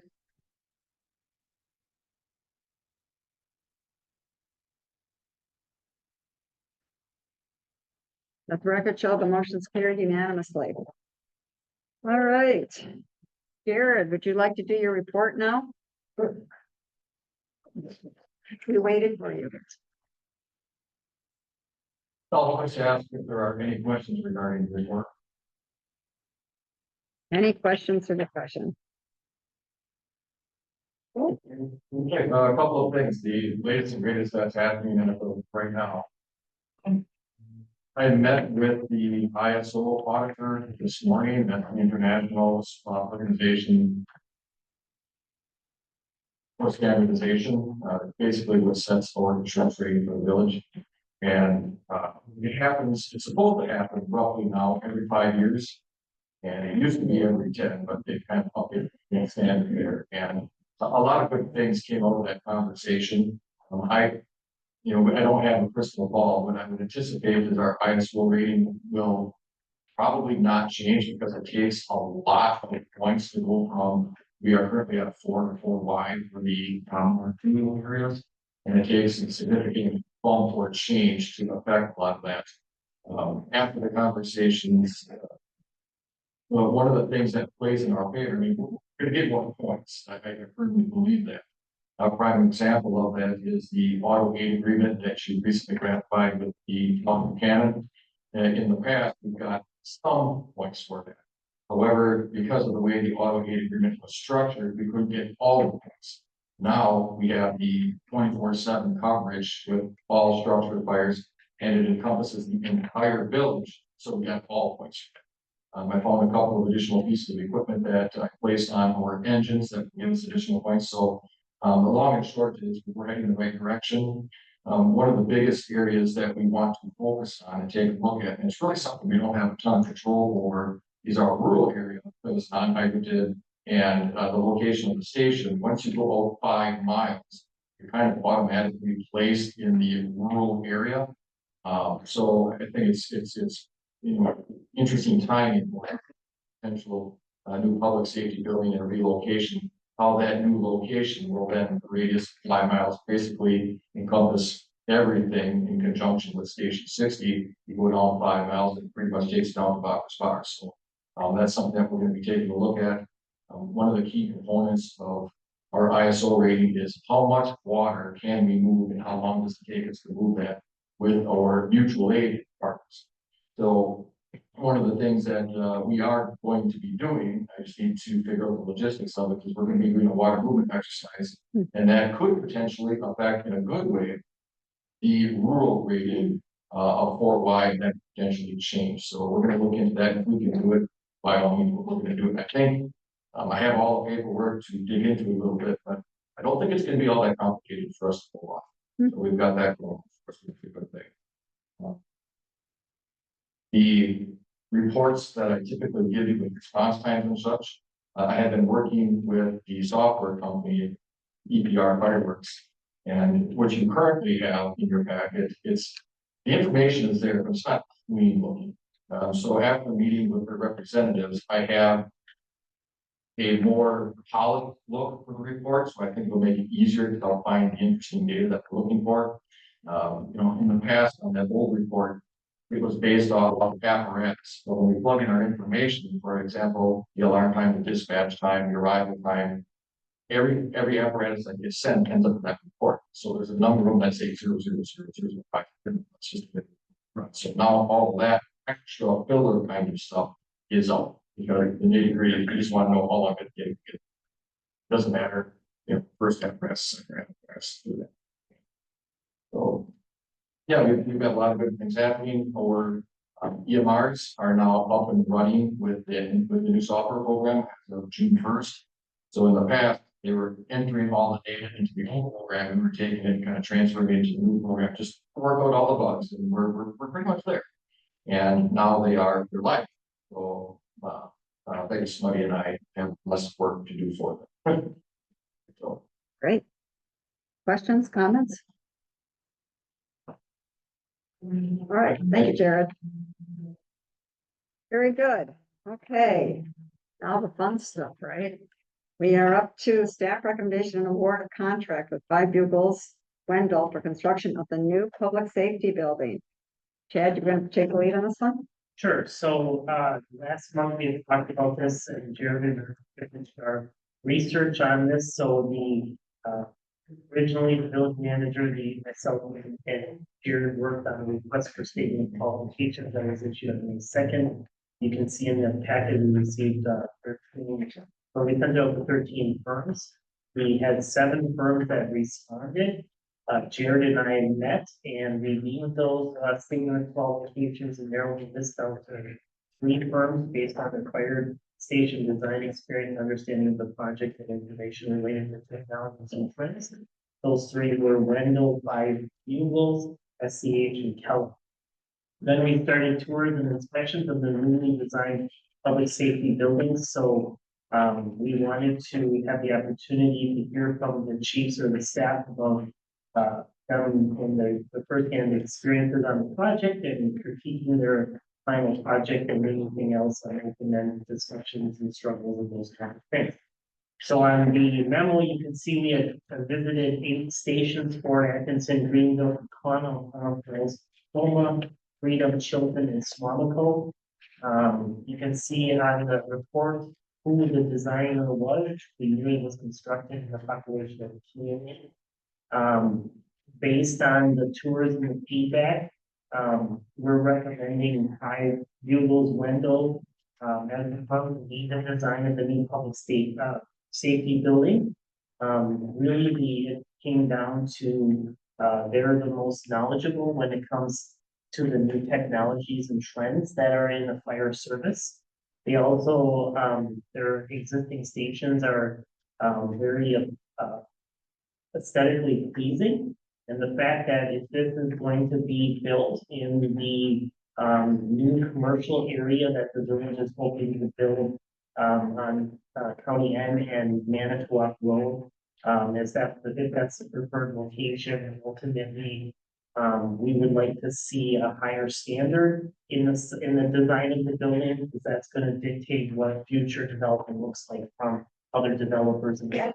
So I think if the village we're going to be the first one out to shoot the building probably before anybody else there, and we'll set the future standard for that commercial development strip. And I think 5 Bugles has it. The other thing is 5 Bugles has a station in Greenville that is pretty close to what we would hope we could get to, and there's some consistencies and some savings that could maybe be had by using a similar design from the Greenville station and using it here in Harris. So what you have before you is Jared and I didn't know what the board wanted to. We know that you wanted to move this thing forward in a timely fashion, so I worked with 5 Eagles to get the first kind of conceptual design contract, so that's before you for $18,500. If the village does go with 5 Eagles and ultimately move into a final design contract, that amount will be deducted from the design. I should also note that they are planning as part of their design to look at the current station 70 and see how that might be able to be reutilized if the board decided add that to a future police station versus building that into the new station. So Jared and I are recommending proceeding with 5 Bugles for the leading the design of the public safety building and approving the conceptual design contract with 18,000. Okay, trustee Baldwin, questions? Yes, thank you. Well, I just have a couple questions. First of all, thanks for doing all the research on this, and this looks really cool. But I just, because this is new for me, I have a question on, is there some kind of a project plan? Like, what are the sequence of events that have to happen before we actually, take a final vote on this? I know it's on a future agenda item, but having public information meetings and websites post on facilities updates, including this one. So that would help me, I'm gonna vote for this, but it would help me understand, like, what's next after this, and how do we finally get to breaking ground? Yes, so the intent of this study, this piece is to look at what SDH did and make sure that that spacing allocations in their facilities plan is accurate to what we need. And then kind of talking about all of that, developing the game plan moving forward, and then coming back with a full scope of what it's gonna take to do this project. But they have to get in here first, talk to the staff, talk to the board, understand what we're looking for, and kind of fine tune where we go from here. And then they'll lay out a full plan, and that then can be communicated to. Okay, all right, thank you. I know there's a motion before, but is there any other discussion? Any other questions? Question from the public? Go ahead, Philip one. Is this proposed building strictly set up as a fire department? We don't have that answer at this stage yet. We need to look at whether where the police could go, and if there's another alternate location, then that will ensure the board will need to make a decision on whether they're building a public safety building or they're building a standalone fire station. And once we know that, that will be part of this $18,500 contract. Look at our current facilities and see what it would take to find the location for this. Thank you. Any other questions? There's a motion and a second to approve the 5 Bugles Wendell Corporation as the firm to lead the design of the public safety building and approve the contract for conceptual design for $18,500. We have a person requesting to speak. That's, do Trustee Baldwin looks like she wants to say you want, did you want? Oh, that She was already nice. speak. No, there was a motion and a second. There was a motion and a second. I know there was a motion and a second There up is. there. The motion was by trustee Hanchke, the second was trustee Yeah, Baldwin. so. But there's, No, I already did that. And then Yeah. And it's not letting, okay, so are we good? So we have motion and a second. Okay, vote your ballot. Look at the buttons yet. Look at the buttons yet.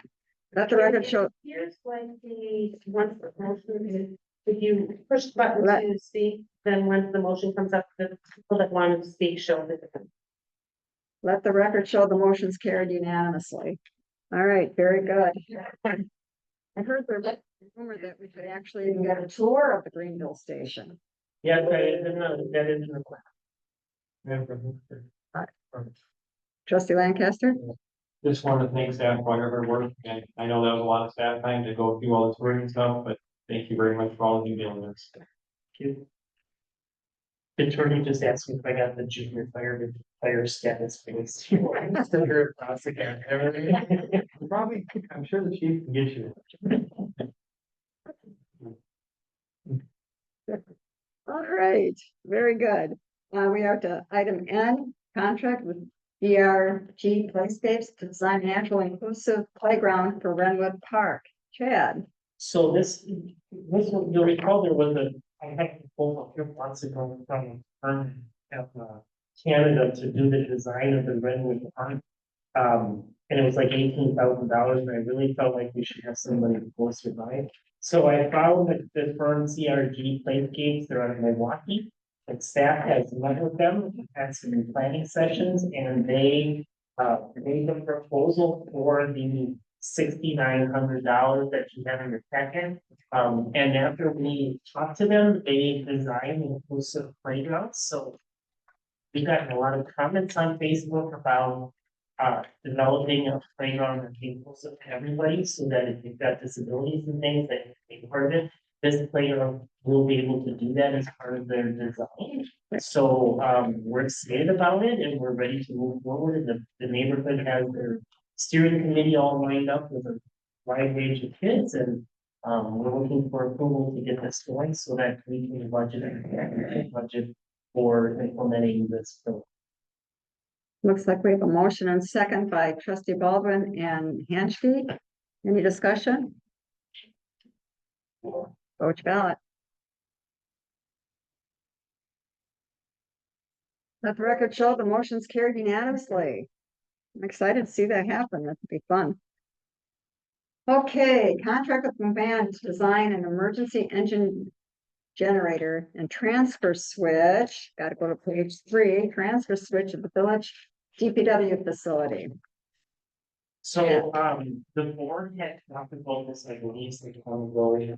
I don't know why it never moved forward, but having seen the death of his guy constantly rolling out this form of generator to get power going here, it just seems archaic. So I, talked with his team about helping us design this. So that the cost for the $28,000 for design services is because there's a lot of communication and there's spectrum stuff that needs to happen. This generator will be placed out here, basically out from one of the first doors in the bay, and then across the parking lot where the main service comes into the building, and then it would have the automatic transfer switch so that when the power goes out, it automatically starts up and transfers over, and you don't have to have it locked in a garage door that does it all because we can't get in there because there's no power. And we don't have to be moving this thing every time there's a windstorm. So the reason we're bringing this forward now is the generator has between an 18 and 24-month delivery time frame. So we feel the need to try to get this designed sooner than later, so we can try to order in and get on the ticket to get a generator in Village Hall. Trustee Brantmeyer. Have we checked with any other electrical people as far as? I do a lot of design of restall barns, and there's intricate detail with parlors, internet, and all that. The electrical people typically handle that. So they have electrical engineer in the McMahon who will be working on this. I get that, but I talked, when I got the packet and read this, I talked to a bunch of dairy farmers, didn't cost them a dime. Well, it cost them for the unit itself and the wiring, but not the design. He did it for free because he bought the unit from.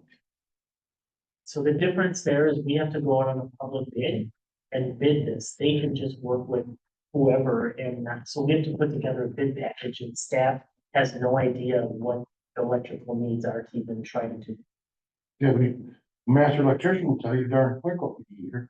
I get that, but we can't, Does that can't one, afford it to them. I get that, there's 3, 4 of a bid rate in our team. What KW is that out there?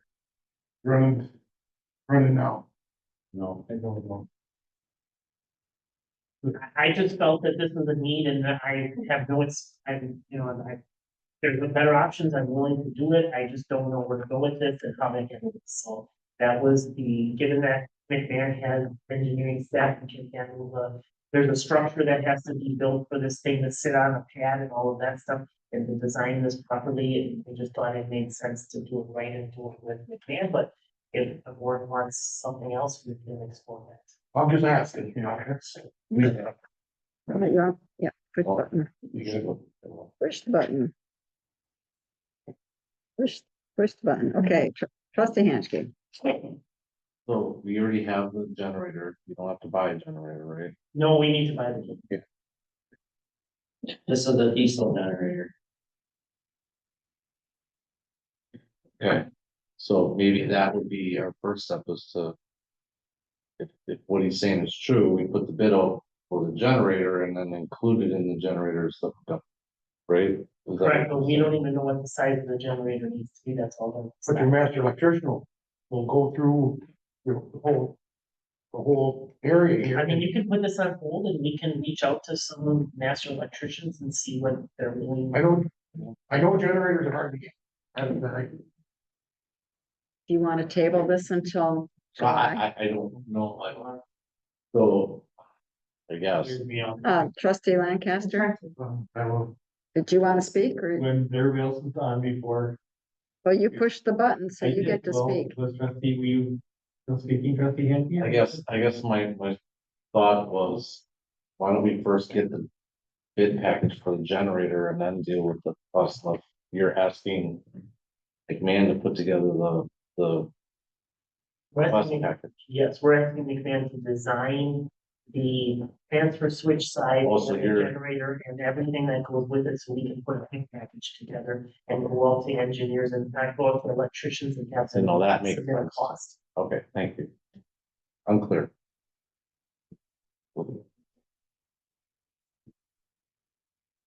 My only question would be, would your bid itself be, and maybe still have McMahon help us with a sheet or two, but it wouldn't require all their electrician time, more of just preparing a couple of documents where the bid itself is to do the design and everything, because the person that's doing the installation and everything that's bidding on the generator might have their own ways of wanting to do things.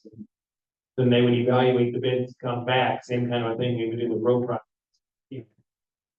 They're more our in-house expert versus doing the entire bid. And say, maybe it saves a little bit here. I can value that, I think that this is, I feel like this is a little more technical, try to get a level playing field, so that if they have better ways of doing it more efficient, they can do that as part of the bid package. Anybody can, they can tell us what it is. I think we just don't even know. That's fair. And then are you looking at diesel for this or natural gas? Natural gas here, or to be determined? We talked to be determined, we talked about it being diesel, but we also talked about rural fields and different. Packages. But we hadn't honed in on anything.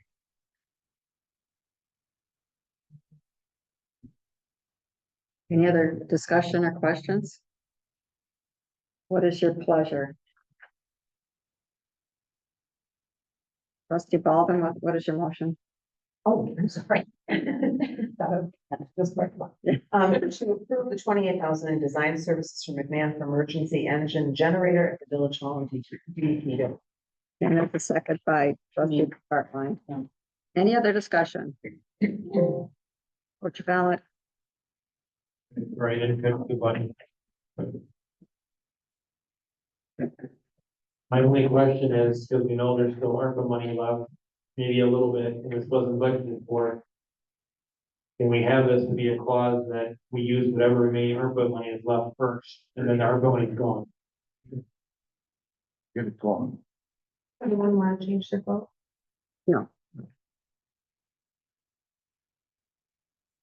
Just let the record show the motion has passed with 1 nay, with trustee Hanchke voting in the negative. All right. Security cameras at Village Hall funded with ARPA funds. God. So at the last meeting, trustee Lancaster brought up about security cameras, so we have a tech security system, so is the village's security system for the current system. So under this plan, there would be a camera installed in the lobby of Village Hall, and then there would be 2 cameras on the front of the building that would crisscross the front entrance, and then there would be cameras on the north, south sides midstream and then on the end. There would be a larger 16 channel NVR, which would be an on-site recording, so this wouldn't be real time, we would have to go back to the cameras if we had an issue. But it would allow for adding future cameras in the future to that, so this $5,821.13. There is savings in the ARPA. Vicky tells me, so we would use ARPA to funds. Any, trustee Lancaster? I'm really happy to see this. My only question is the on-site recording versus true digital capabilities. We kind of learned, I think, a lesson with the park, where we went one way and then we spent a whole bunch of money later to modify that, and it was just. We can have that had crossed my mind. I mean, I don't want to sit there and have to look at video cameras all day. But if we had a situation, particularly in the lobby, we would probably want to get to it sooner. So let's start with this, and then we'll see if we need to do a change order to add in real time. And Okay, any other questions or discussion? Is there a motion? Motion by trustee Lancaster, second by trustee Brantmeyer to approve the contract with TECC Security Systems for $5,821.14 to install security cameras at the village hall. Vote to ballot. Let the record show the motion is carried unanimously. Okay. Next up, approval of contract with McMahon and for engineering services for Crossroads Business Park development funded with TID number 2. CAD. so Babel started the design of this. They turned all their documents over to us, including all of the that they've done a lot of good stuff.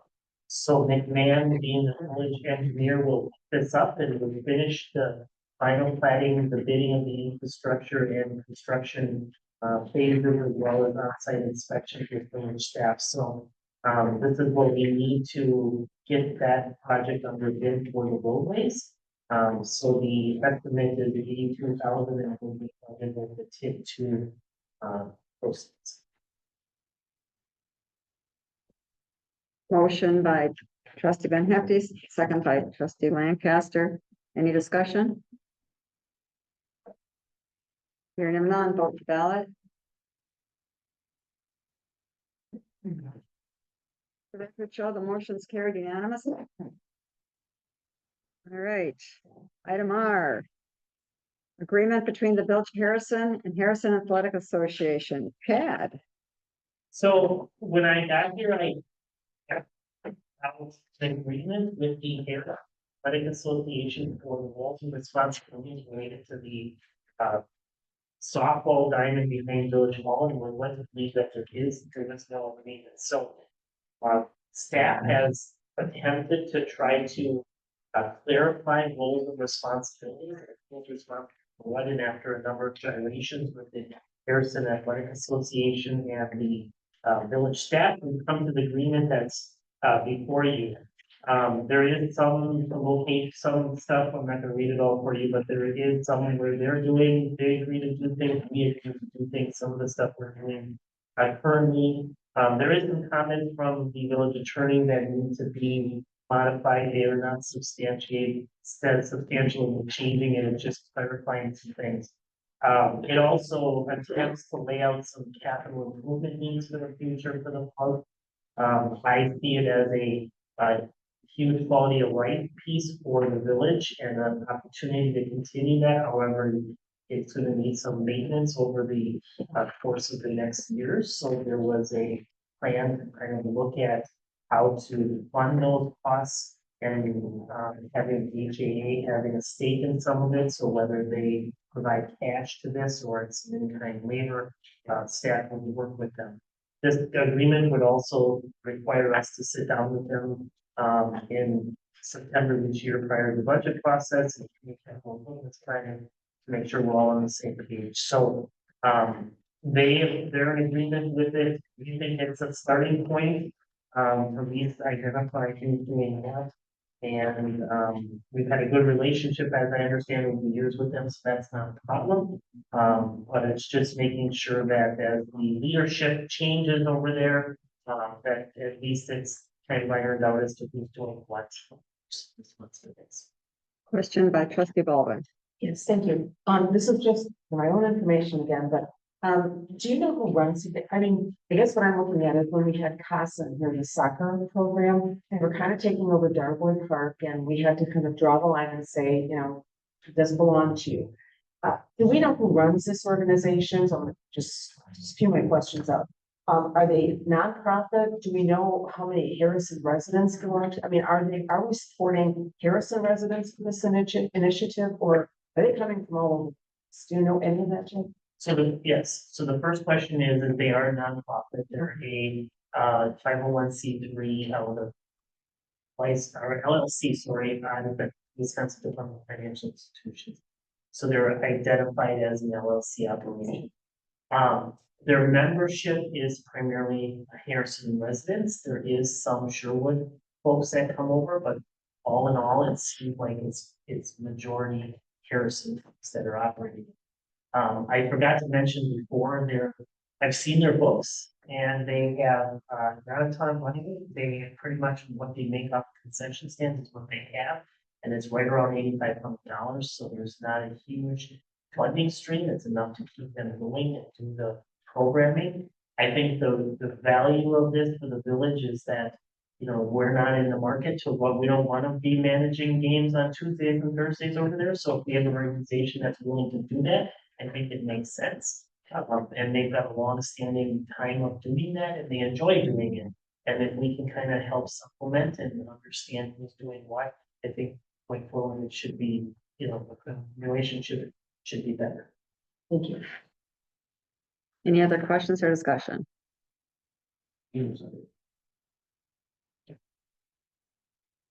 Trustee Brantmeyer. I played ball there for 30 years, you know, and a well-oiled organization. Never had a week for umps. I mean, you know, fair play over here. So, very good organization.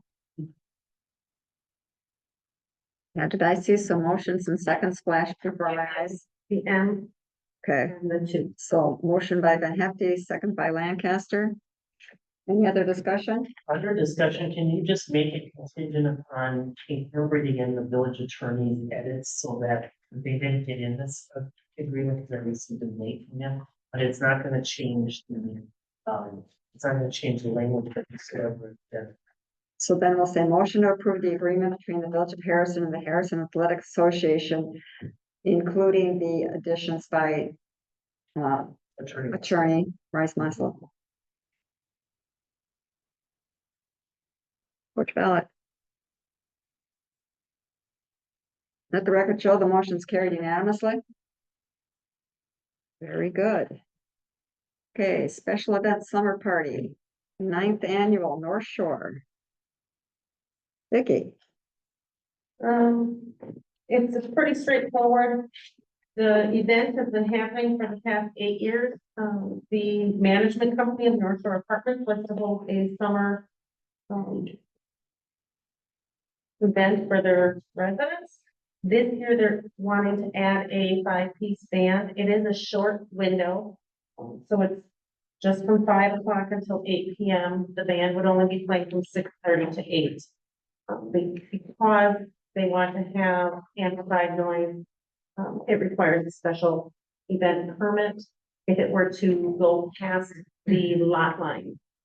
And she could not guarantee that if you stood at the lot line, you would not hear the alcohol music. So it's a large parcel. She just thought it'd be better to be safe than sorry by asking permission to have a permit. It would still fall under, I did talk to the sheriff's department. And the deputy told me that if they were to get any phone call, it would fall under the, because it's on private property, the complainer would be directed to talk to management. Management is working the city. Vicky, you want to push the button there? Any questions or comments?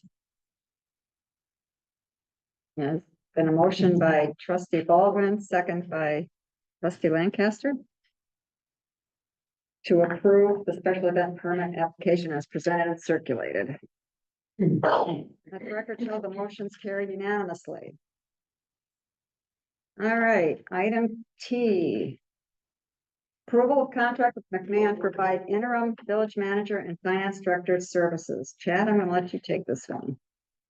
First, the board authorized the president of Central Wallet and we had somebody to assist with the improvement of. Oh, this theater. To assist him, sorry, I'm on page up. To assist us with village manager services and finance director services. So Russ Van Goppel is here with us today. He has 40 years of experience and is a finance director and village manager in many local governments across the state of Wisconsin and Minnesota. He works for McMahon. So under this contract, the thought is that Russ would mentor existing staff members for the role of the village administrator and the finance director. We may have an internal candidate for a finance director role. So the idea would be to help us get through the 2025 budget process and the tax season and the levy limits.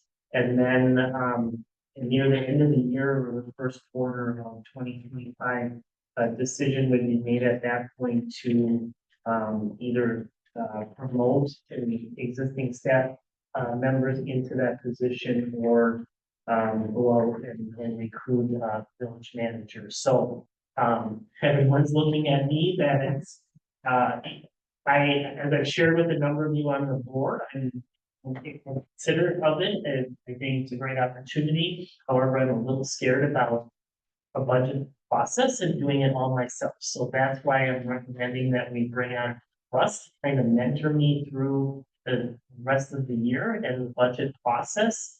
And then I will make a decision and let the board want to know whether I intend to go into that position or stay where I am after the budget process. Russ, would you like to say a few words? Of course. My name is Russ Van Gompel. Recently, I served as the finance director for the city of Oshkosh. But as Chad was saying, I have about 40 years of experience in local government.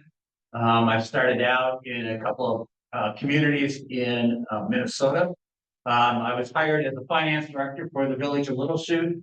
I served with village of Little Chute for about 14 years, 10 to 14 years. I started out as a finance director, then I was promoted to administrator. I left Little Chute, became the village manager in Brown Deer, Wisconsin, was there for 14 years.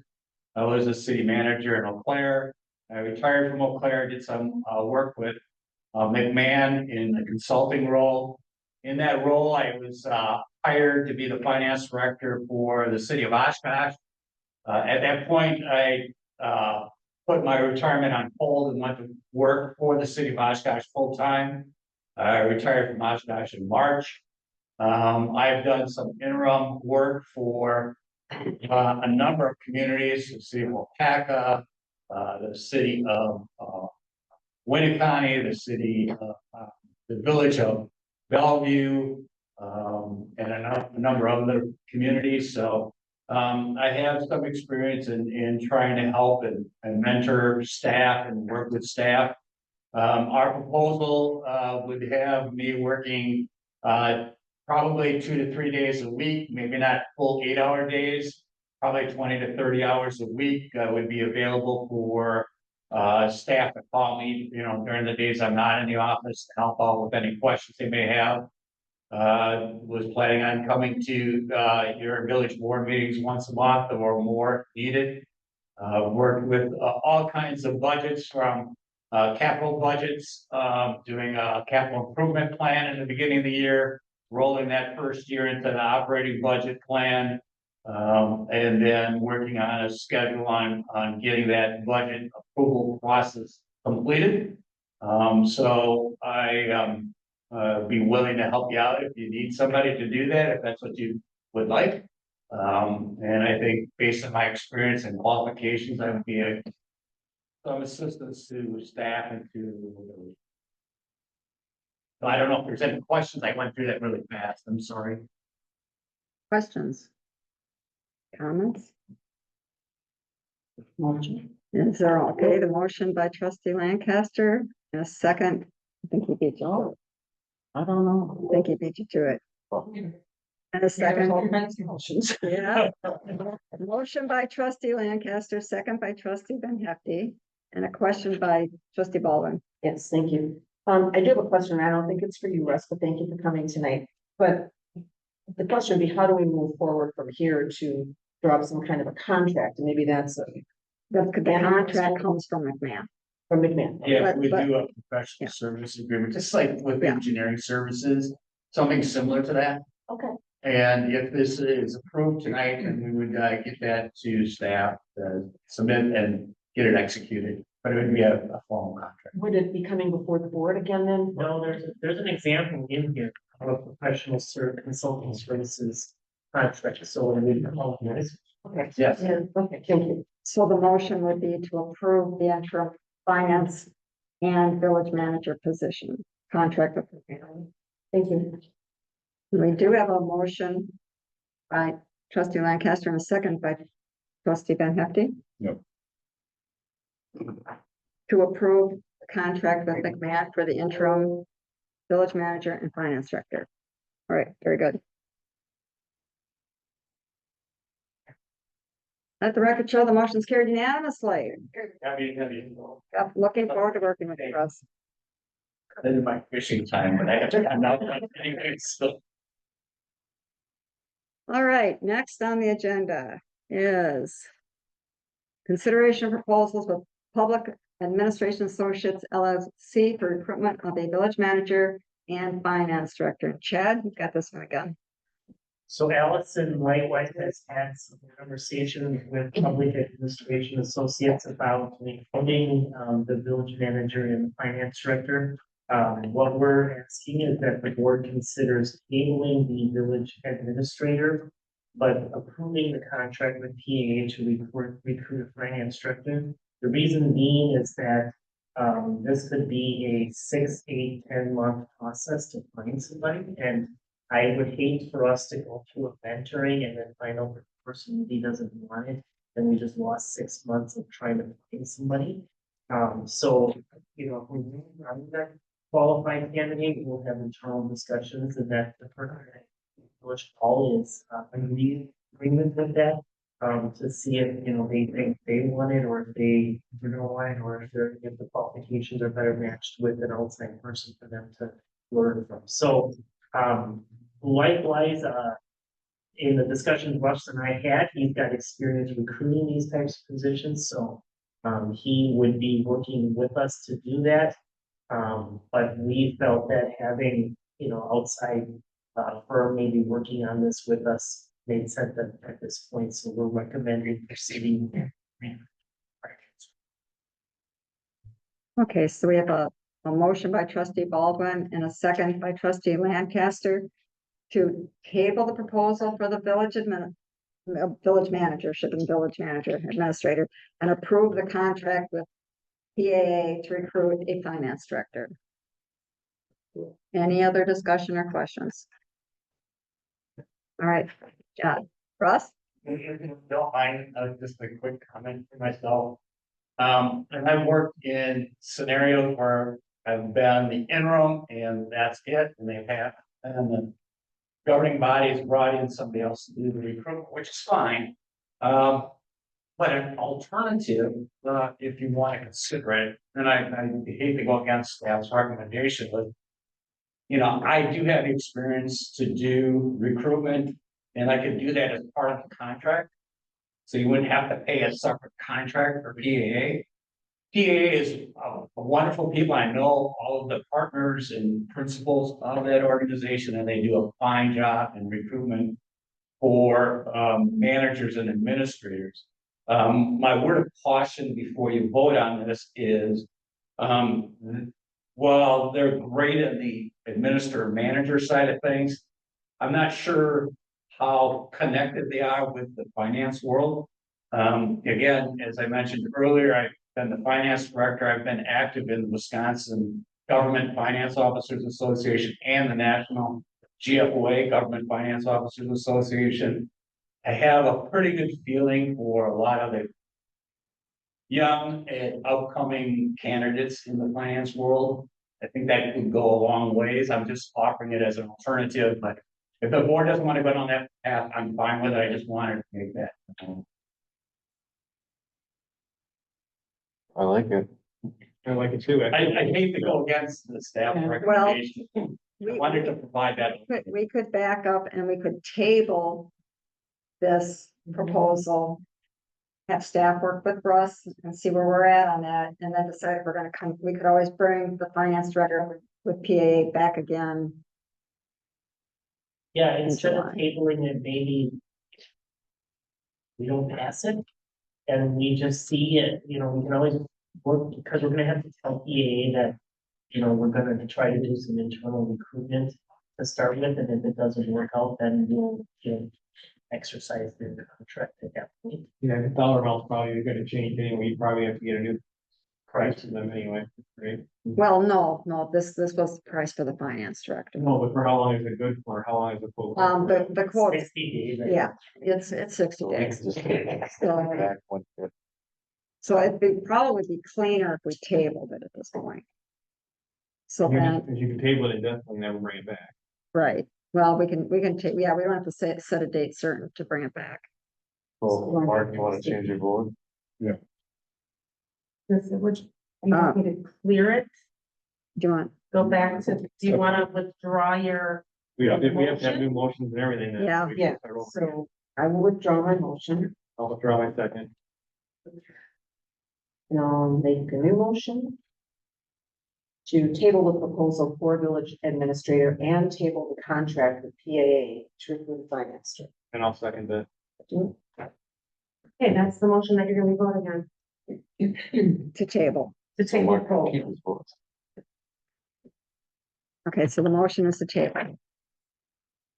Vote to ballot. Okay, the motion to table is passed unanimously. Just a note of information, PAA does have other projects coming up. So if it turns out that's something staff is gonna have to decide on pretty quickly. And, if we, If I may just interject, just a couple more comments. I mean, I understand the importance of setting up a finance director's role within the organization. I think that's great. You know, quite honestly, most of the work our firm would do would be through me. Most, maybe 5 to 10 hours total would be outside of the work I would do. well, I'm gonna let you and Chad talk. Yeah, I'm gonna so. let you and Chad. Because the biggest cost is gonna be advertising, where you wanna advertise and to what extent, and that's gonna be the biggest. cost. We'll work through that. Just barreling through because I had actually had it set up for 2 separate votes, but we're just gonna.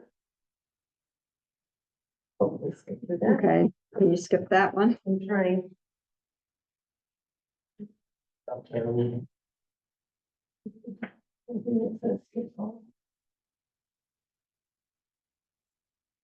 You guys can't see, I'm looking at her, or is it up there? It's up there. It's up- It's up there. I'm trying to read it from that screen. I don't know if I can skip a vote. We can make another motion to table it again, if you need it. Why don't we do that? All right, make Motion to table the finance director recruitment with PAA. their second. Second. Now can you vote? Now we can vote. Is it working? There we go. All right, I will vote. I think. We'll clear it out. Okay, so the motion to table the finance director search with PAA has been tabled. Okay. All right. Item B, draft position description for. Wait, we already did that. No, So the Oh, last this is- meeting, the yeah. board directed, myself and the, assistant deputy clerk, Megan Winkler, to go out and research job descriptions of similarly sized communities. So we did that, and the kind of the proposal is in your packet, as well as a wage kind of scale. Staff is recommending that the board hold this, given that we have Russ on board now. We would like to review kind of the duties and stuff related to that before we put it on the street or bring it back up to the board. So we would be looking for a motion to table this until the next meeting, so we can have some time to review it with the intern administrator. Trustee Lancaster? My only question, because I do believe we need to trust staff on this, is would you want, were we comfortable with that there was a motion to approve this pending any adjustments that you see fit for us? And then you don't lose a month waiting for us to meet again. That works. I don't know how that works in voting, but okay. But I, The motion hasn't been done yet. Maybe my fellow board members disagree. So that's the problem. That's gone. thank you, I do believe because this is going to change the charter ordinances, I think. I think we table it and get it right, because. Can't just leave it open-ended and then. We have to go through a lot to change the charter ordinances, so. I think for me, I would rather. Table it, you guys comb through it, work with Ross, get it right. Cause. I mean. I just been told changing charter ordinances is a. It can be arduous, so I just wanna make sure that it's done right and the public sees that it's printed and it's done. And it's done right, not just, well, we're just gonna leave it open-ended, right, so. That's just my comment. All I would say to that is, and I appreciate those comments, but I think the charter ordinance change to something that clerk in the charter could happen or could not, it's not, they're not hinged on each other. I think you could still have a little treasurer and have a finance. So. Yes, either, like, both of them could be held and we could bring it back, whatever the board.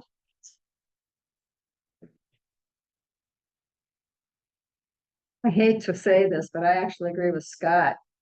God, I can't believe I'm saying that, but I push my button, Yeah, anyway, that I do think we should table this issue.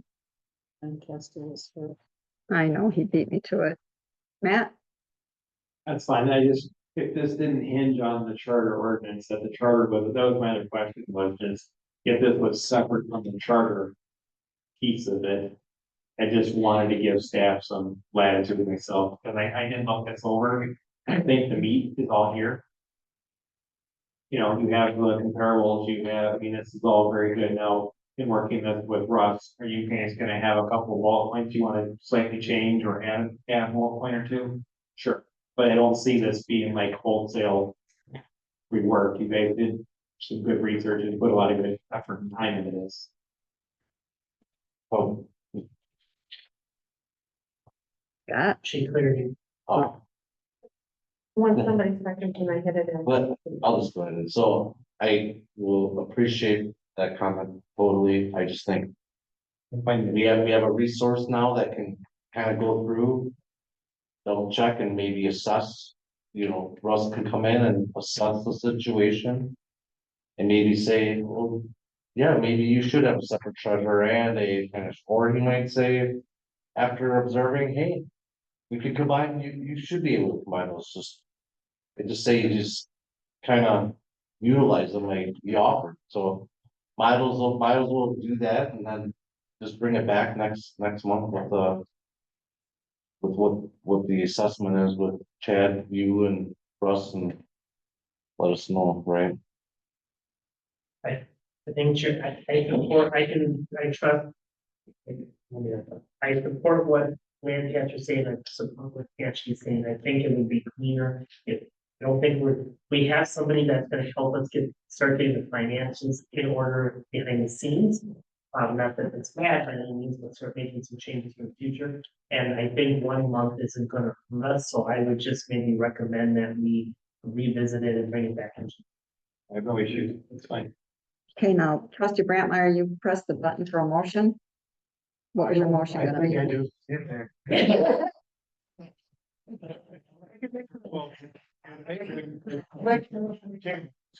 Okay, so the motion is to table the,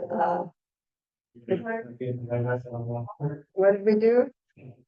Okay, there's a second motion by Brantmeyer, second by Baldwin to table the draft positions. So you're gonna see if that's what she seconded it. She did. Okay. Any other discussion? All right, vote your ballot. No, you can't, yeah, for some reason. It's. So now it's going to get happening, those people still are. No, take me. Oh, I think we all talked. Yeah. All right, vote your ballot.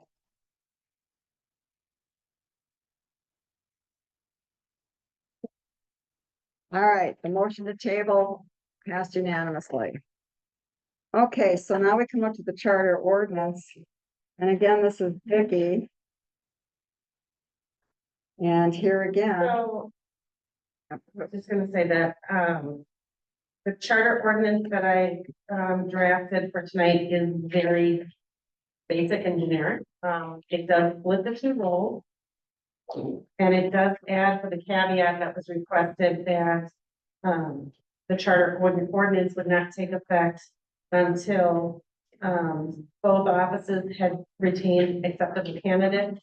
It had met the 60 days post publication, allowing for anyone to petition for a referendum to stop this process from happening. And should a referendum be petitioned, we would have to wait until it was able to be put onto a ballot. So it did cover all the bases, and it's as generic as possible. But if you've already tabled, We've already you tabled might the want to job. table everything at once. Yeah, since we tabled the My job recommendation. descriptions. You can't press your button. You got advanced, but Okay, trustee Lancaster. So what we tabled though is job descriptions. I do still, as far as the job description between the finance director, village treasurer, and then the separate village clerk there. I do think from a charter ordinance standpoint, because of your 60-day time frame here, that I don't see how we would not separate the clerk and treasurer, that it wouldn't morph into something here. The size of our village and looking at what our neighboring villages do. And just hearing about how many absentee ballots, for example, that just had to get sent out already. There is no way that the size of our municipality that we should have a combined clerk treasurer. In my opinion. I'm still in favor of moving forward with splitting. This role. I just want to remind the board that it requires a 2/3 vote to pass the splitting. And personally, I would rather staff meet with Russ and take a look at everything that's here and do an evaluation. That's just my personal opinion. I agree with that. But remember, it's a,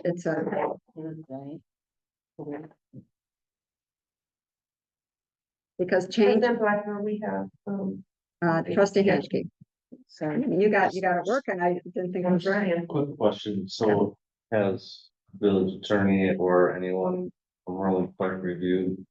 The ordinance number 1 is almost verbatim from ordinance, I'm sorry, ordinance, charter ordinance number 3 is almost verbatim ordinance number 1. All I did is take us back to 2013 ordinance. But they have not reviewed it. So they haven't, no, They have not. We have the role. So we would need them to review that anyway, so I think. The recommendation, I think we table this until. The village attorney can review. Charter ordinances and such time in which they can make his. recommendations to move forward or not. Trustee Baldwin? Yes, I'm on the tabling bandwagon on this too, partly because my guess would be that there's gonna be some salary adjustments if the job is being split. So, and I think we probably want to know that first, so I'm in favor of tabling and getting more information. Is there a motion? I'll make a motion. And your Table. motion is, okay, Darlene's motion is to table, second by, that Brantmeyer, motion by Bartline, second by Brantmeyer to table. Any further discussion? Yeah. That's more discussion, One last comment, if I may, or I can ask go ahead. staff, would we have confidence by the end of next month that we can have most of the analysis and everything figured out by then? Yes. That's all I ask. Thanks. Any other questions or discussion? Trustee Lancaster? Thank you. That would only be my request. Can we say to table it until the end of July meeting, so it doesn't go on indefinitely? Yes. Are you good with that? Table it until July? Well, trustee Baldwin, and then Did I make a motion? You made a motion. Yes. I made the motion. I seconded it. I don't know what to do. We keep stopping every little bit, so. you have that? It'll show you at the end. All right. Are you prepared to vote your ballot? We're okay saying till next month then? We're good. We're gonna table it until July, the July meeting. Good? All right.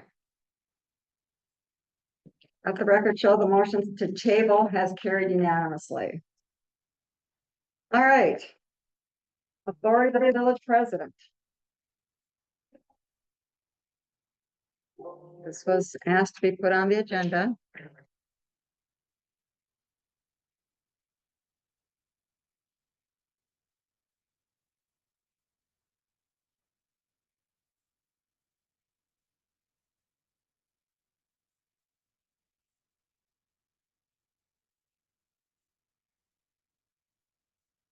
If there's no discussion, we'll move on to, oh, okay, trustee Lancaster.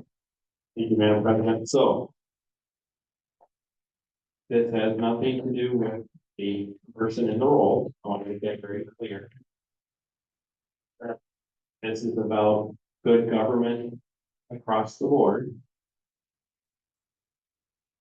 And the statutes are pretty clear that the village president role is considered a trustee with a few powers such as presiding the meeting, like the village president is tonight, which is great.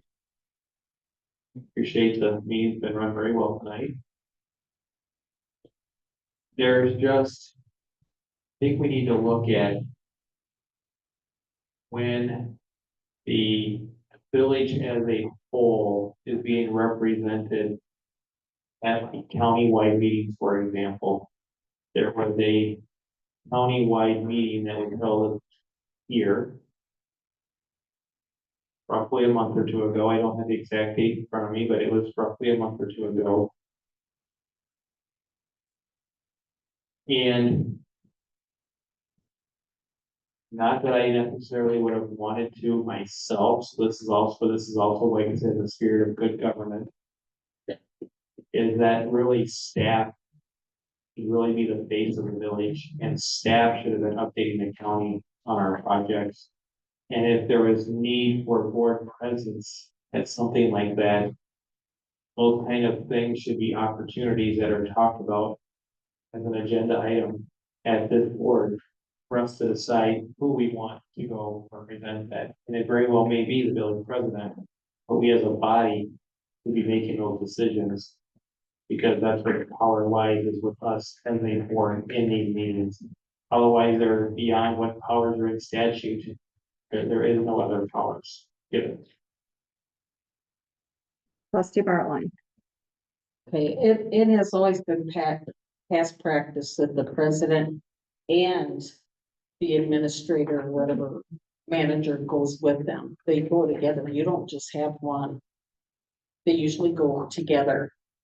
when I was town chairman, it was always me and Travis. It's always been. They're in there too. You just have the head person go to. It's just always been like that as far as I know, and I'm. That's how, when I went to meetings, that's how all of them were. Every town, village. I never seen a trustee go. It was usually the chairman, president with management, the staff. The meeting you're referring to with the county is a quarterly meeting. And the people that do attend, we had the mayor of the city of Appleton with his head person.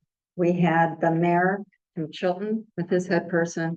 We had the mayor from New Holstein and his staff person. It is common practice at the county quarterly meetings to have the mayor, the village president, the town chairman, whoever, attend with their staff person. And the invite comes to myself and the village manager. So, trustee Baldwin? Yes. When I read through this, and I read through this document from the Wisconsin municipalities multiple times, but I think it's really important that we all are playing our positions, including trustees. And, following the guidelines that are set forth. The one thing I kind of wondered is, the president makes more money, and I understand the duties that they have, the, signing ordinances, bylaws, all of the things that are listed there. But there is compensation afforded to the president, which leads me to believe that they have increased duties.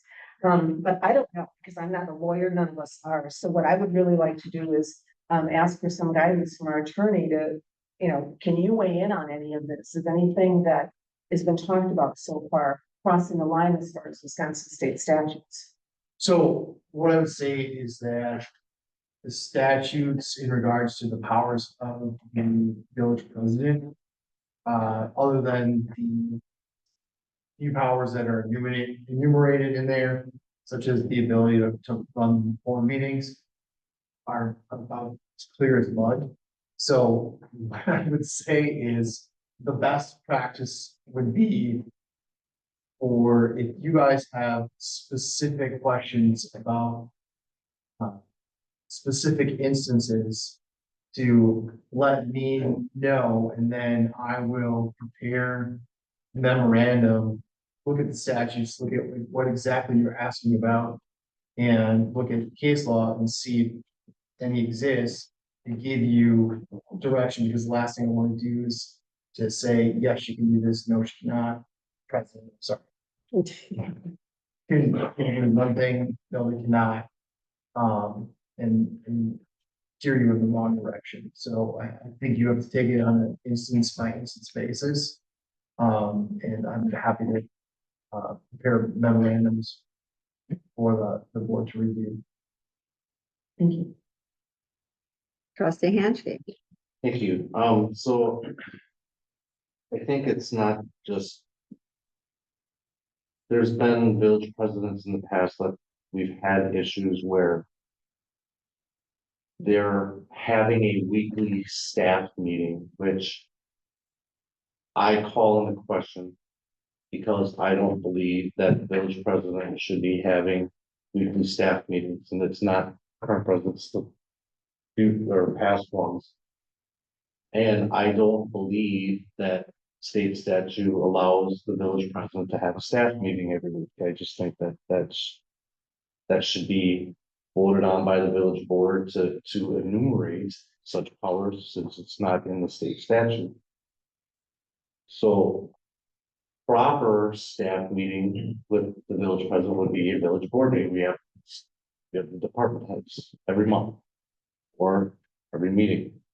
So I guess maybe that would be one clarification right there is, does the state statute allow the village president to call a staff meeting without board approval? And I think personally, we get staff to run themselves, and we meet every month required by our own board rules that the meeting is every month or whenever, there really should be no need for a staff meeting with a weekly staff meeting with any trust, to be honest with you. So I guess I'm trying to make sure that it's clear, as far as staff is running the day-to-day operation and it's not the village president. So if I can just weigh in here, so what I would say, and I only have 9 months of experience because I started in September. But what I can tell you with the current president is, typically she comes in on Wednesdays to sign checks. At the time that she's here, there may be some discussion about what's going on. There's no direction really happening. If there's something that, a lot of times that we share with her, she'll say, I think the whole board should know, and then you'll see an email from us when it'll be somehow communicated. So we have staff meetings on Monday mornings, and she's not part of that. It's just the staff and the manager, as well, but just to get kind of lay of land what's happening for that week, but there's not a lot of, she comes in, signs the checks and leaves. And I did promise saying it's not the current president before, who like to have weekly staff meetings. I don't know if it was on Monday morning or whatever, and that was a big crux with some of the board members here, is that should not happen, right? And I just want to make sure that that's crystal clear. And if that needs to be for recommendation of our village attorney, that need to be spelled out specifically in the board rules, or if that's something that can happen, I guess that would be the clarification. So I just wanted to make that clear. It has nothing to do with, but also the other scenario that happened was when a former village president would meet with a developer and the village planner outside of board, which I find highly irregular, and that should not happen. Put So your I mind just at wanna- ease. I want- I've I want- never done that. No, I Just know, so I'm you not know, talking about you. I've I'm never not done talking that. about you. I'm just saying there was a situation where that was alleged, and I want to make sure that that is crystal clear, that cannot happen, and we have to spell that out to make sure that doesn't happen. That's, I think, a recommendation I would look for us to make sure that that's crystal clear. And trust me, it's not you, I'm just want to make sure that for the future, the roles are clearly defined, because I think since we are a village, I think it's just been kind of, I don't know, I would say loosey-goosey, I guess. And I think we just want some clarification, just peace of mind moving forward, right? So. Understood. I'll put together a memo on those points and the others that you have questions. Okay, trustee Bartline, I think you're next. I just want to say staff meetings have always been here, and the chairman, presidents never ran them. They were invited to come if they wanted to come. They had them whether you were there or not. It wasn't the president or the chairman calling the meetings. They just invited if you wanted to come and kind of hear what was going on. That's all it was. You really had no say in nothing. You just kind of sat there. Trustee Baldwin. Yes, I'm glad you're gonna check that out. Thank you. And I just all of us that if we have specific situations. I'm sorry. I was next. Oh, I'm sorry. No, I No. no, She was. she's got, Go ahead, she's Commissioner. first here. Go ahead, Matt. I don't. No, go ahead. finish your thought. It's the burden. It's fine. It's no big deal. Go ahead. Okay, all I was going to say is I agree that it would be great if we could just get specific examples to the attorney. But I just, for one, want to throw out my vote of confidence, in the leadership that we have in the president position. The president is passionate. She represents the village very well. She operates with honesty and integrity. I think she has a fantastic relationship with the staff from what I can see. And I can understand where this might be a little sticky feeling for you, because it would be for me if I were in the hot seat, but I'm gonna reiterate that if we're, and I will talk about this in a future agenda item, but if we're worried about the position that the president is playing or the role that the president is playing with staff meetings or whatever else, past, current, future, that we also take a good hard look at the trustees and the role that they play. So I will bring that up as a future agenda item for July, but we all have to be honest and upfront about our roles and are we playing our position and staying in our lanes? Okay, trustee Lancaster. Well, just to add, exactly, it's not about person, it's about the position. So just to reiterate what trustee Henschke said. And there is some very key differences between cities and mayors. A mayor does have executive powers, so like the example given of the mayor coming to a meeting, for example. That would be very common because even per the League of Wisconsin Municipalities memo attached here, that mayor does have executive power. And I just think we need to make sure. For example, I had no idea that that meeting was taking place, no idea what was even discussed, nothing was shared with this board about what was discussed. Found about it from a picture or something. I just don't think that's acceptable. And so, just for transparency purposes here especially, I think we need to know, not saying that can't do it, or they can't do it, but we should know about it. We should know about, there probably was some good information there about what's going on in the home. They should be shared back with us. So if one of us know, and this should be village-wide, just with some numerous things that have happened recently, too, in the village.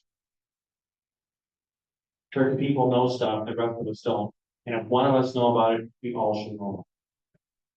And I know, Chad, you've been doing a very good job of forwarding some things to us and stuff, which is appreciated, and that's just how everything should be. Okay, so you're sending that to the attorney for a recommendation. Correct? That you're asking if the village president is allowed to represent the board at meetings where I'm invited? Or every time a trustee, every time the village president is invited to a meeting, any place, that I have to get board approval to go to any meeting, any place, whether it be the League of Municipalities, the Urban Alliance League.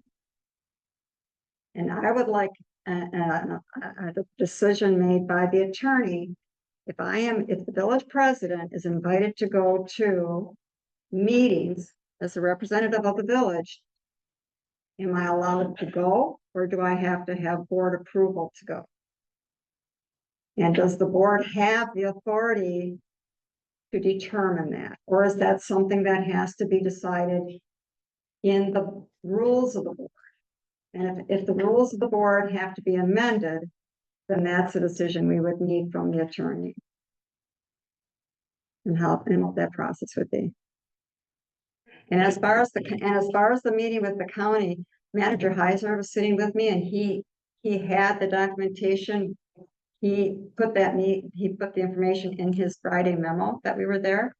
And I think staff even wrote about it when they saw when the picture was there, so. All right, One more comment for me. Yep. And it's less about going. It's more about that we're aware about what outcomes are, so that we can represent our constituents better, is what it's about. There used to be, back when I was on the town board. Trustee Barlin, you might remember that, I don't know if it was on when you were on the town board or not, but I know when I was. I wasn't with you. You weren't with me, so I don't know if it had the same things at the time or not when you quit, Frank. But there used to be even a topic about meeting attendance. And it was mentioned. Like Chester Deason, for example, he'd get invited to all kinds of stuff, but he was retired, he had all kinds of free time. But he would go to all kinds of stuff. And it would get mentioned, oh, I'm going to this and this and this, and then we would provide an update so we knew what was going on in the community, and that's all I'm asking. I'm not saying don't go, I'm saying that we're aware about what's going on in the community. So when we get questions, we can represent our constituents better about what's going on in the area. so you have some items to take I back. have items to take back and I'll prepare them. for the July meeting. Yes. All right. Are we prepared to move on to the rules and procedures for the board meeting? All right. So keep in mind, any changes to the rules of the board require a 2/3 majority vote. That means a 5-2 vote. So do you guys have a list any place of changes you wanted to make, or? Because there was nothing provided, there's no memo, there was no public notice as to changes of the rules of the board, which is technically a violation of the open meeting law. So if you do want to make changes to the rule of the board, it would be nice to know what they are. Oh, go ahead, trustee Hensky. Thank you. I think one of them that I believe is. Trying to find it here.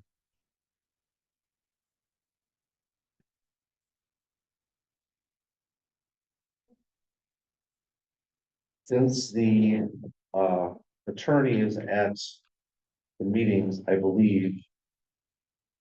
Most communities have the village attorney as the parliamentarian one or the corporate counsel, so that would be a rule that.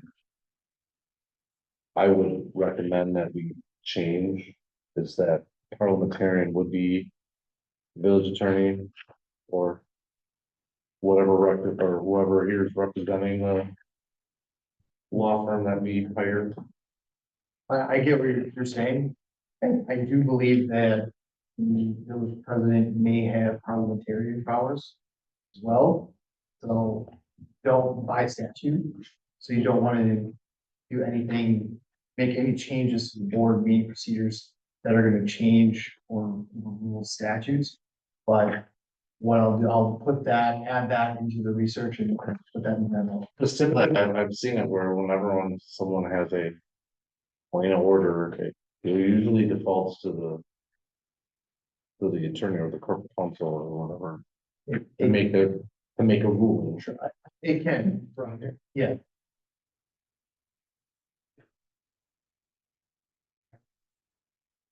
And then as far as board rules too, I believe how we're doing the meetings with the buttons, I think it's wonderful, I think.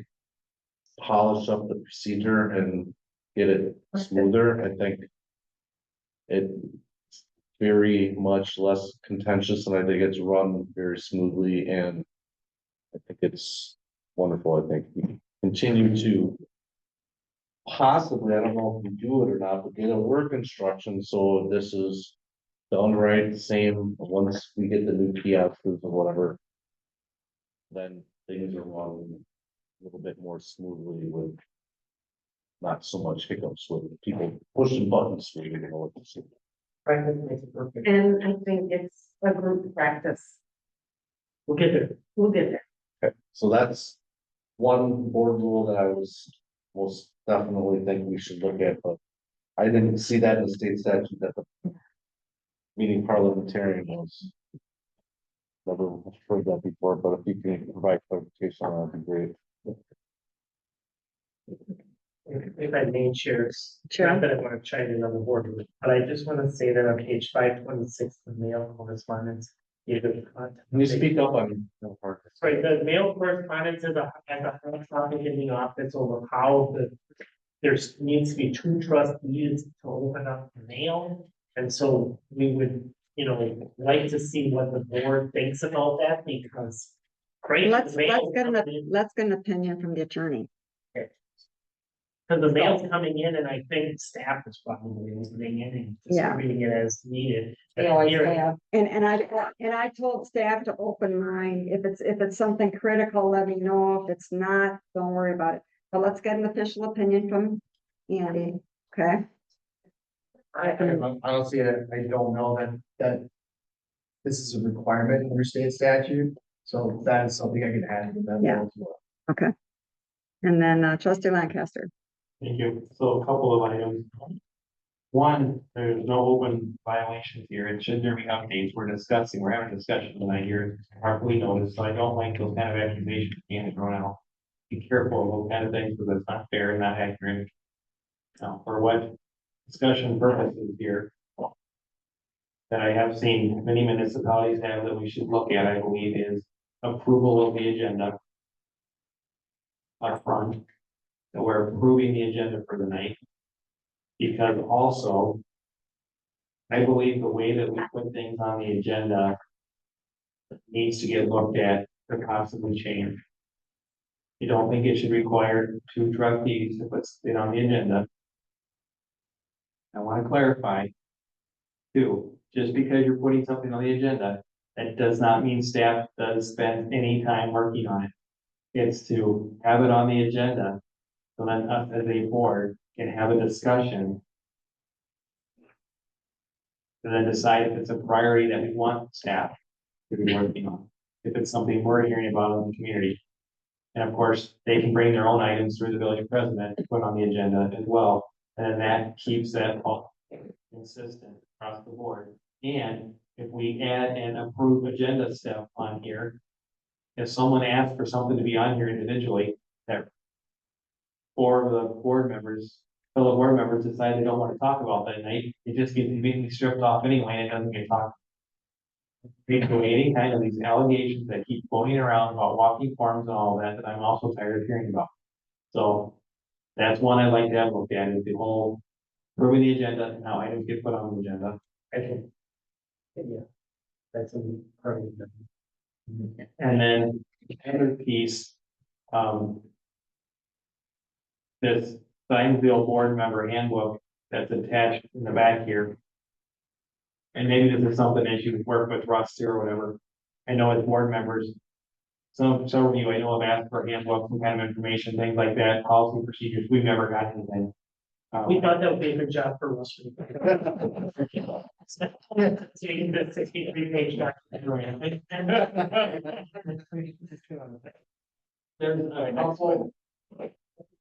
There's a couple of key pages that I just want to highlight out here that I believe should be incorporated into our board rules.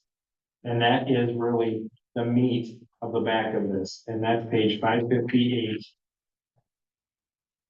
Into really through the end here.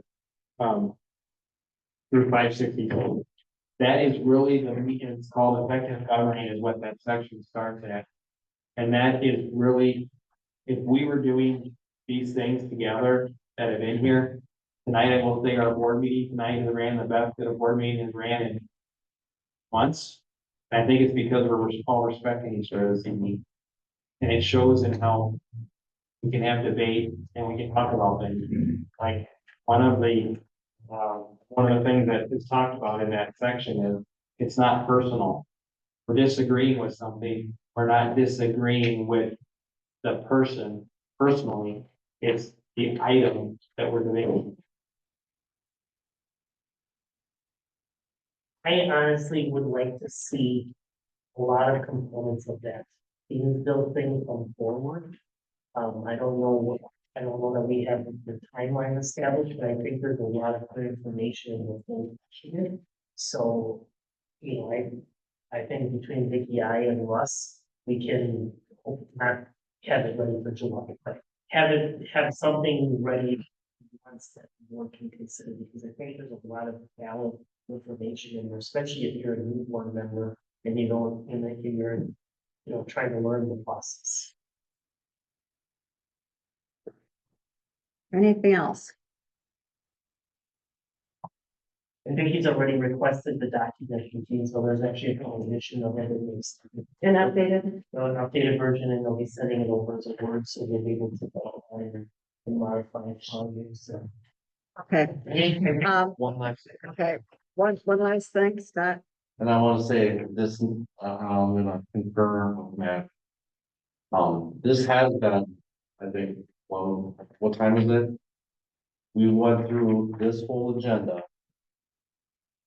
2 hours and 45 minutes, so I commend the staff and the board for how this meeting was ran. I really appreciate that we got through all these items, so I again, thank you. Okay, ready to move on? Okay, the list of future agenda items is there. We've added several more, I think, to be on the July meeting. Is there anything else that you want to add for future agenda items? Yes. Yes, maybe. Wait, yep, trustee Baldwin, yep. Yes, I would like to add, just to the July agenda, trustees providing direction to staff, and I'll have some information on that. Thanks. Okay. And then. Did you want to chime in on that, Trustees. Sterling? Trustees providing direction to staff, and with defining our goals. Two trustees. Do I need a second? Okay. Second. Yeah, and Darlene. Well, I don't know if we need, if, Or meeting. yeah, we don't probably need a second, we'll just add, add that to the next agenda. Scott? So my only comment is, I mean, we got the future agenda item, I get that, and some of this stuff has dates and somewhat timelines. I mean, what do you think, Chad, that we can? I don't know how we want to handle this. Is it something where you tell us that? Like we put something as a future agenda item and you just kind of fill in like when you think you can get it done? Mhm. And if we like, trustee Lancaster brought forward the security system cameras the last time, and we were able to get the proposal and get that done. So I think if staff can do it, we'll do it, and if not, we'll let you know when we think. So like on that second to last bullet for the plan for the lift station. We need to get the ordinance done first, and we need to work through the costs and stuff, so that might be a August, September discussion. You know, that we get through the July and getting the ordinance and stuff in there, and then come back plan after that. So we'll tell you kind of as we go, because a lot of it is, some of it's out of our control as well. Well, and I'm fine if you can't get to it at a certain, I mean, that's perfectly fine. I just think it helps me, like, for instance, the third one down, hiring policy. Trying to remember, and I'm getting older, right? So I don't remember when that was put on, what that was about, but. I mean, do we have a time frame for that? I'm not sure, but if it's, Vicky? Refresh your memory, that was put on when we hired the financial assistant. but it's on here as future, I've seen it a couple times and it's like, Remember just for just your- put a date on some of the stuff, so then it's. I guess. For me, it says that it's being worked on, or there's a plan for it, you know what I'm saying? Yep. Well, and some of these can actually come off, like trails and benches around detention ponds, we already dealt with that. That's a done deal. That's a done, so some of these things can even come off. We do have a closed session tonight, are we ready to? Trustee Lancaster. So just along those lines, can we add a date that the item was asked to be featured, you know, when it was put on here? So then we kind of know what things are getting, and then. Yeah, I definitely second. But the entity there, you know, like for example, when I asked about the interceptors, if that's got to move, just move it. And I would definitely, you guys as staff need to be running the village and telling us when you guys can get the thing. Not be afraid to tell us when you can get the thing. We'll put a date as to when it was added, and we'll put a date when we think we can. That would be wonderful. I would like to see this plan commission membership discussion happen sooner than later, especially I heard one of our plan commission members has. Given their notice, so it's probably timely to have that discussion, so. Yeah, and we have some information from the attorney to share, so we'll find out. And we do have one new item I'd like to request. No date, but as staff needs fit, but I believe we need to have a workshop, a working session with the sheriff's department, the board and staff. to Figure out what the law enforcement priorities could be in the village.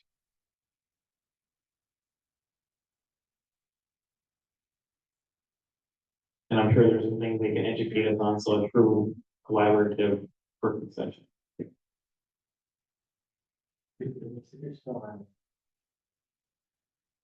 What's the matter?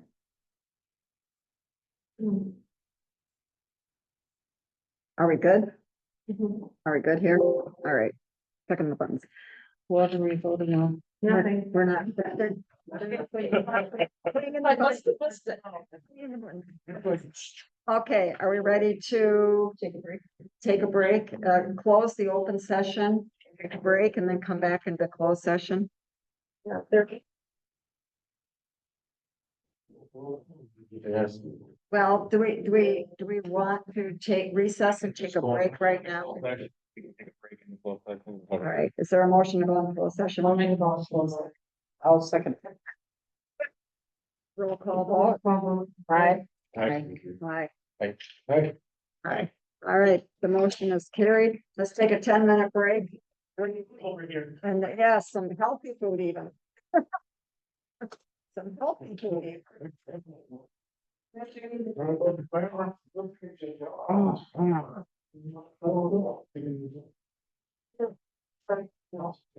think I need some, Bye. You mean for a software? Yeah. Well, this is roll call, but my program that I use for the meeting minutes, agenda is a different software. We will be talking. All right. Hi, I'm Julian. I'm just gonna introduce myself real quick. Julian Baldwin. Julian. Thanks.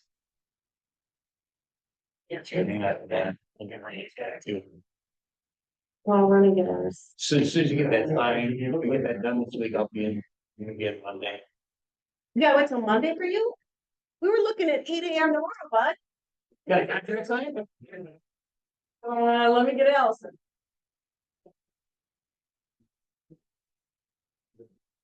I'm sorry, your name, man? I'm Andy McLean. Andy. Yep. You know, I'm on that, and we have another attorney from my firm here. His name is Andy as well. Really? Well, you worked with Andy Ross Michael before. Russ? Is Chuck Dickerson around? Oh, yeah. Oh, yeah, just once in a while. You worked with Andy Ross Michael when you were in Little Shoe. Andy was. I worked with Chuck Taylor. Yeah, but Andy did all the court cases. Oh, that could be. So, trying to think of who it was that was your court clerk. That's Not Lori, oh my goodness. Katie was your court clerk. In Little Shoe. I was up there in that. No, you didn't. I started in Kimberly in 90. Yeah, I was gonna say you were there longer than I was in Kimberly. Yes, I remember you coming in and talking to Rick all the time. Yep, I started at the front desk of the Village of Kimberly in 92. No, 98. So a year before you left. Because Okay. after you left, then I can picture the guy. You know, after you left, who took your place? He liked tiramisu. He was from New York, I think. Or from somewhere else, or he left to go to New York. Chuck, well, no, let's check. We had a long.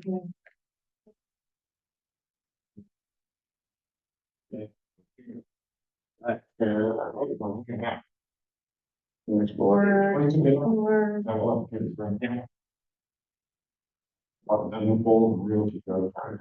hanging on to $500, you know?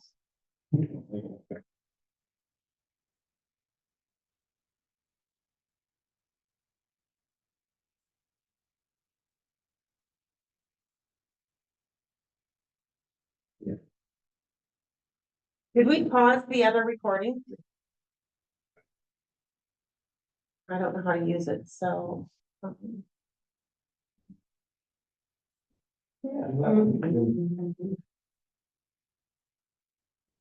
does it look like it's?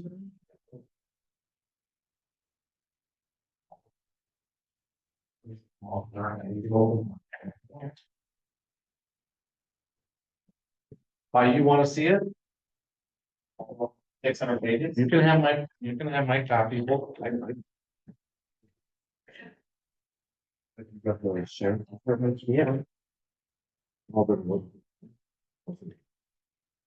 The job is the love on. Rough, where do you live now? Winnicott. Yeah. Yeah. You got the numbers. Yeah, it's been 24 hours. Thank you. Thank you for. Okay.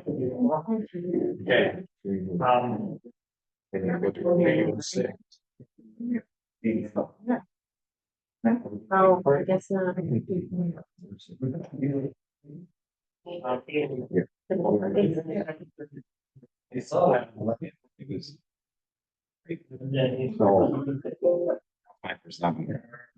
Whatever you need, okay. Gotta figure out how it is you can get it to skip. Not vote on anything.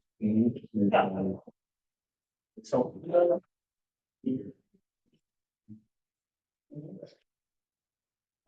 Just a camera. The camera. So it just turned towards us.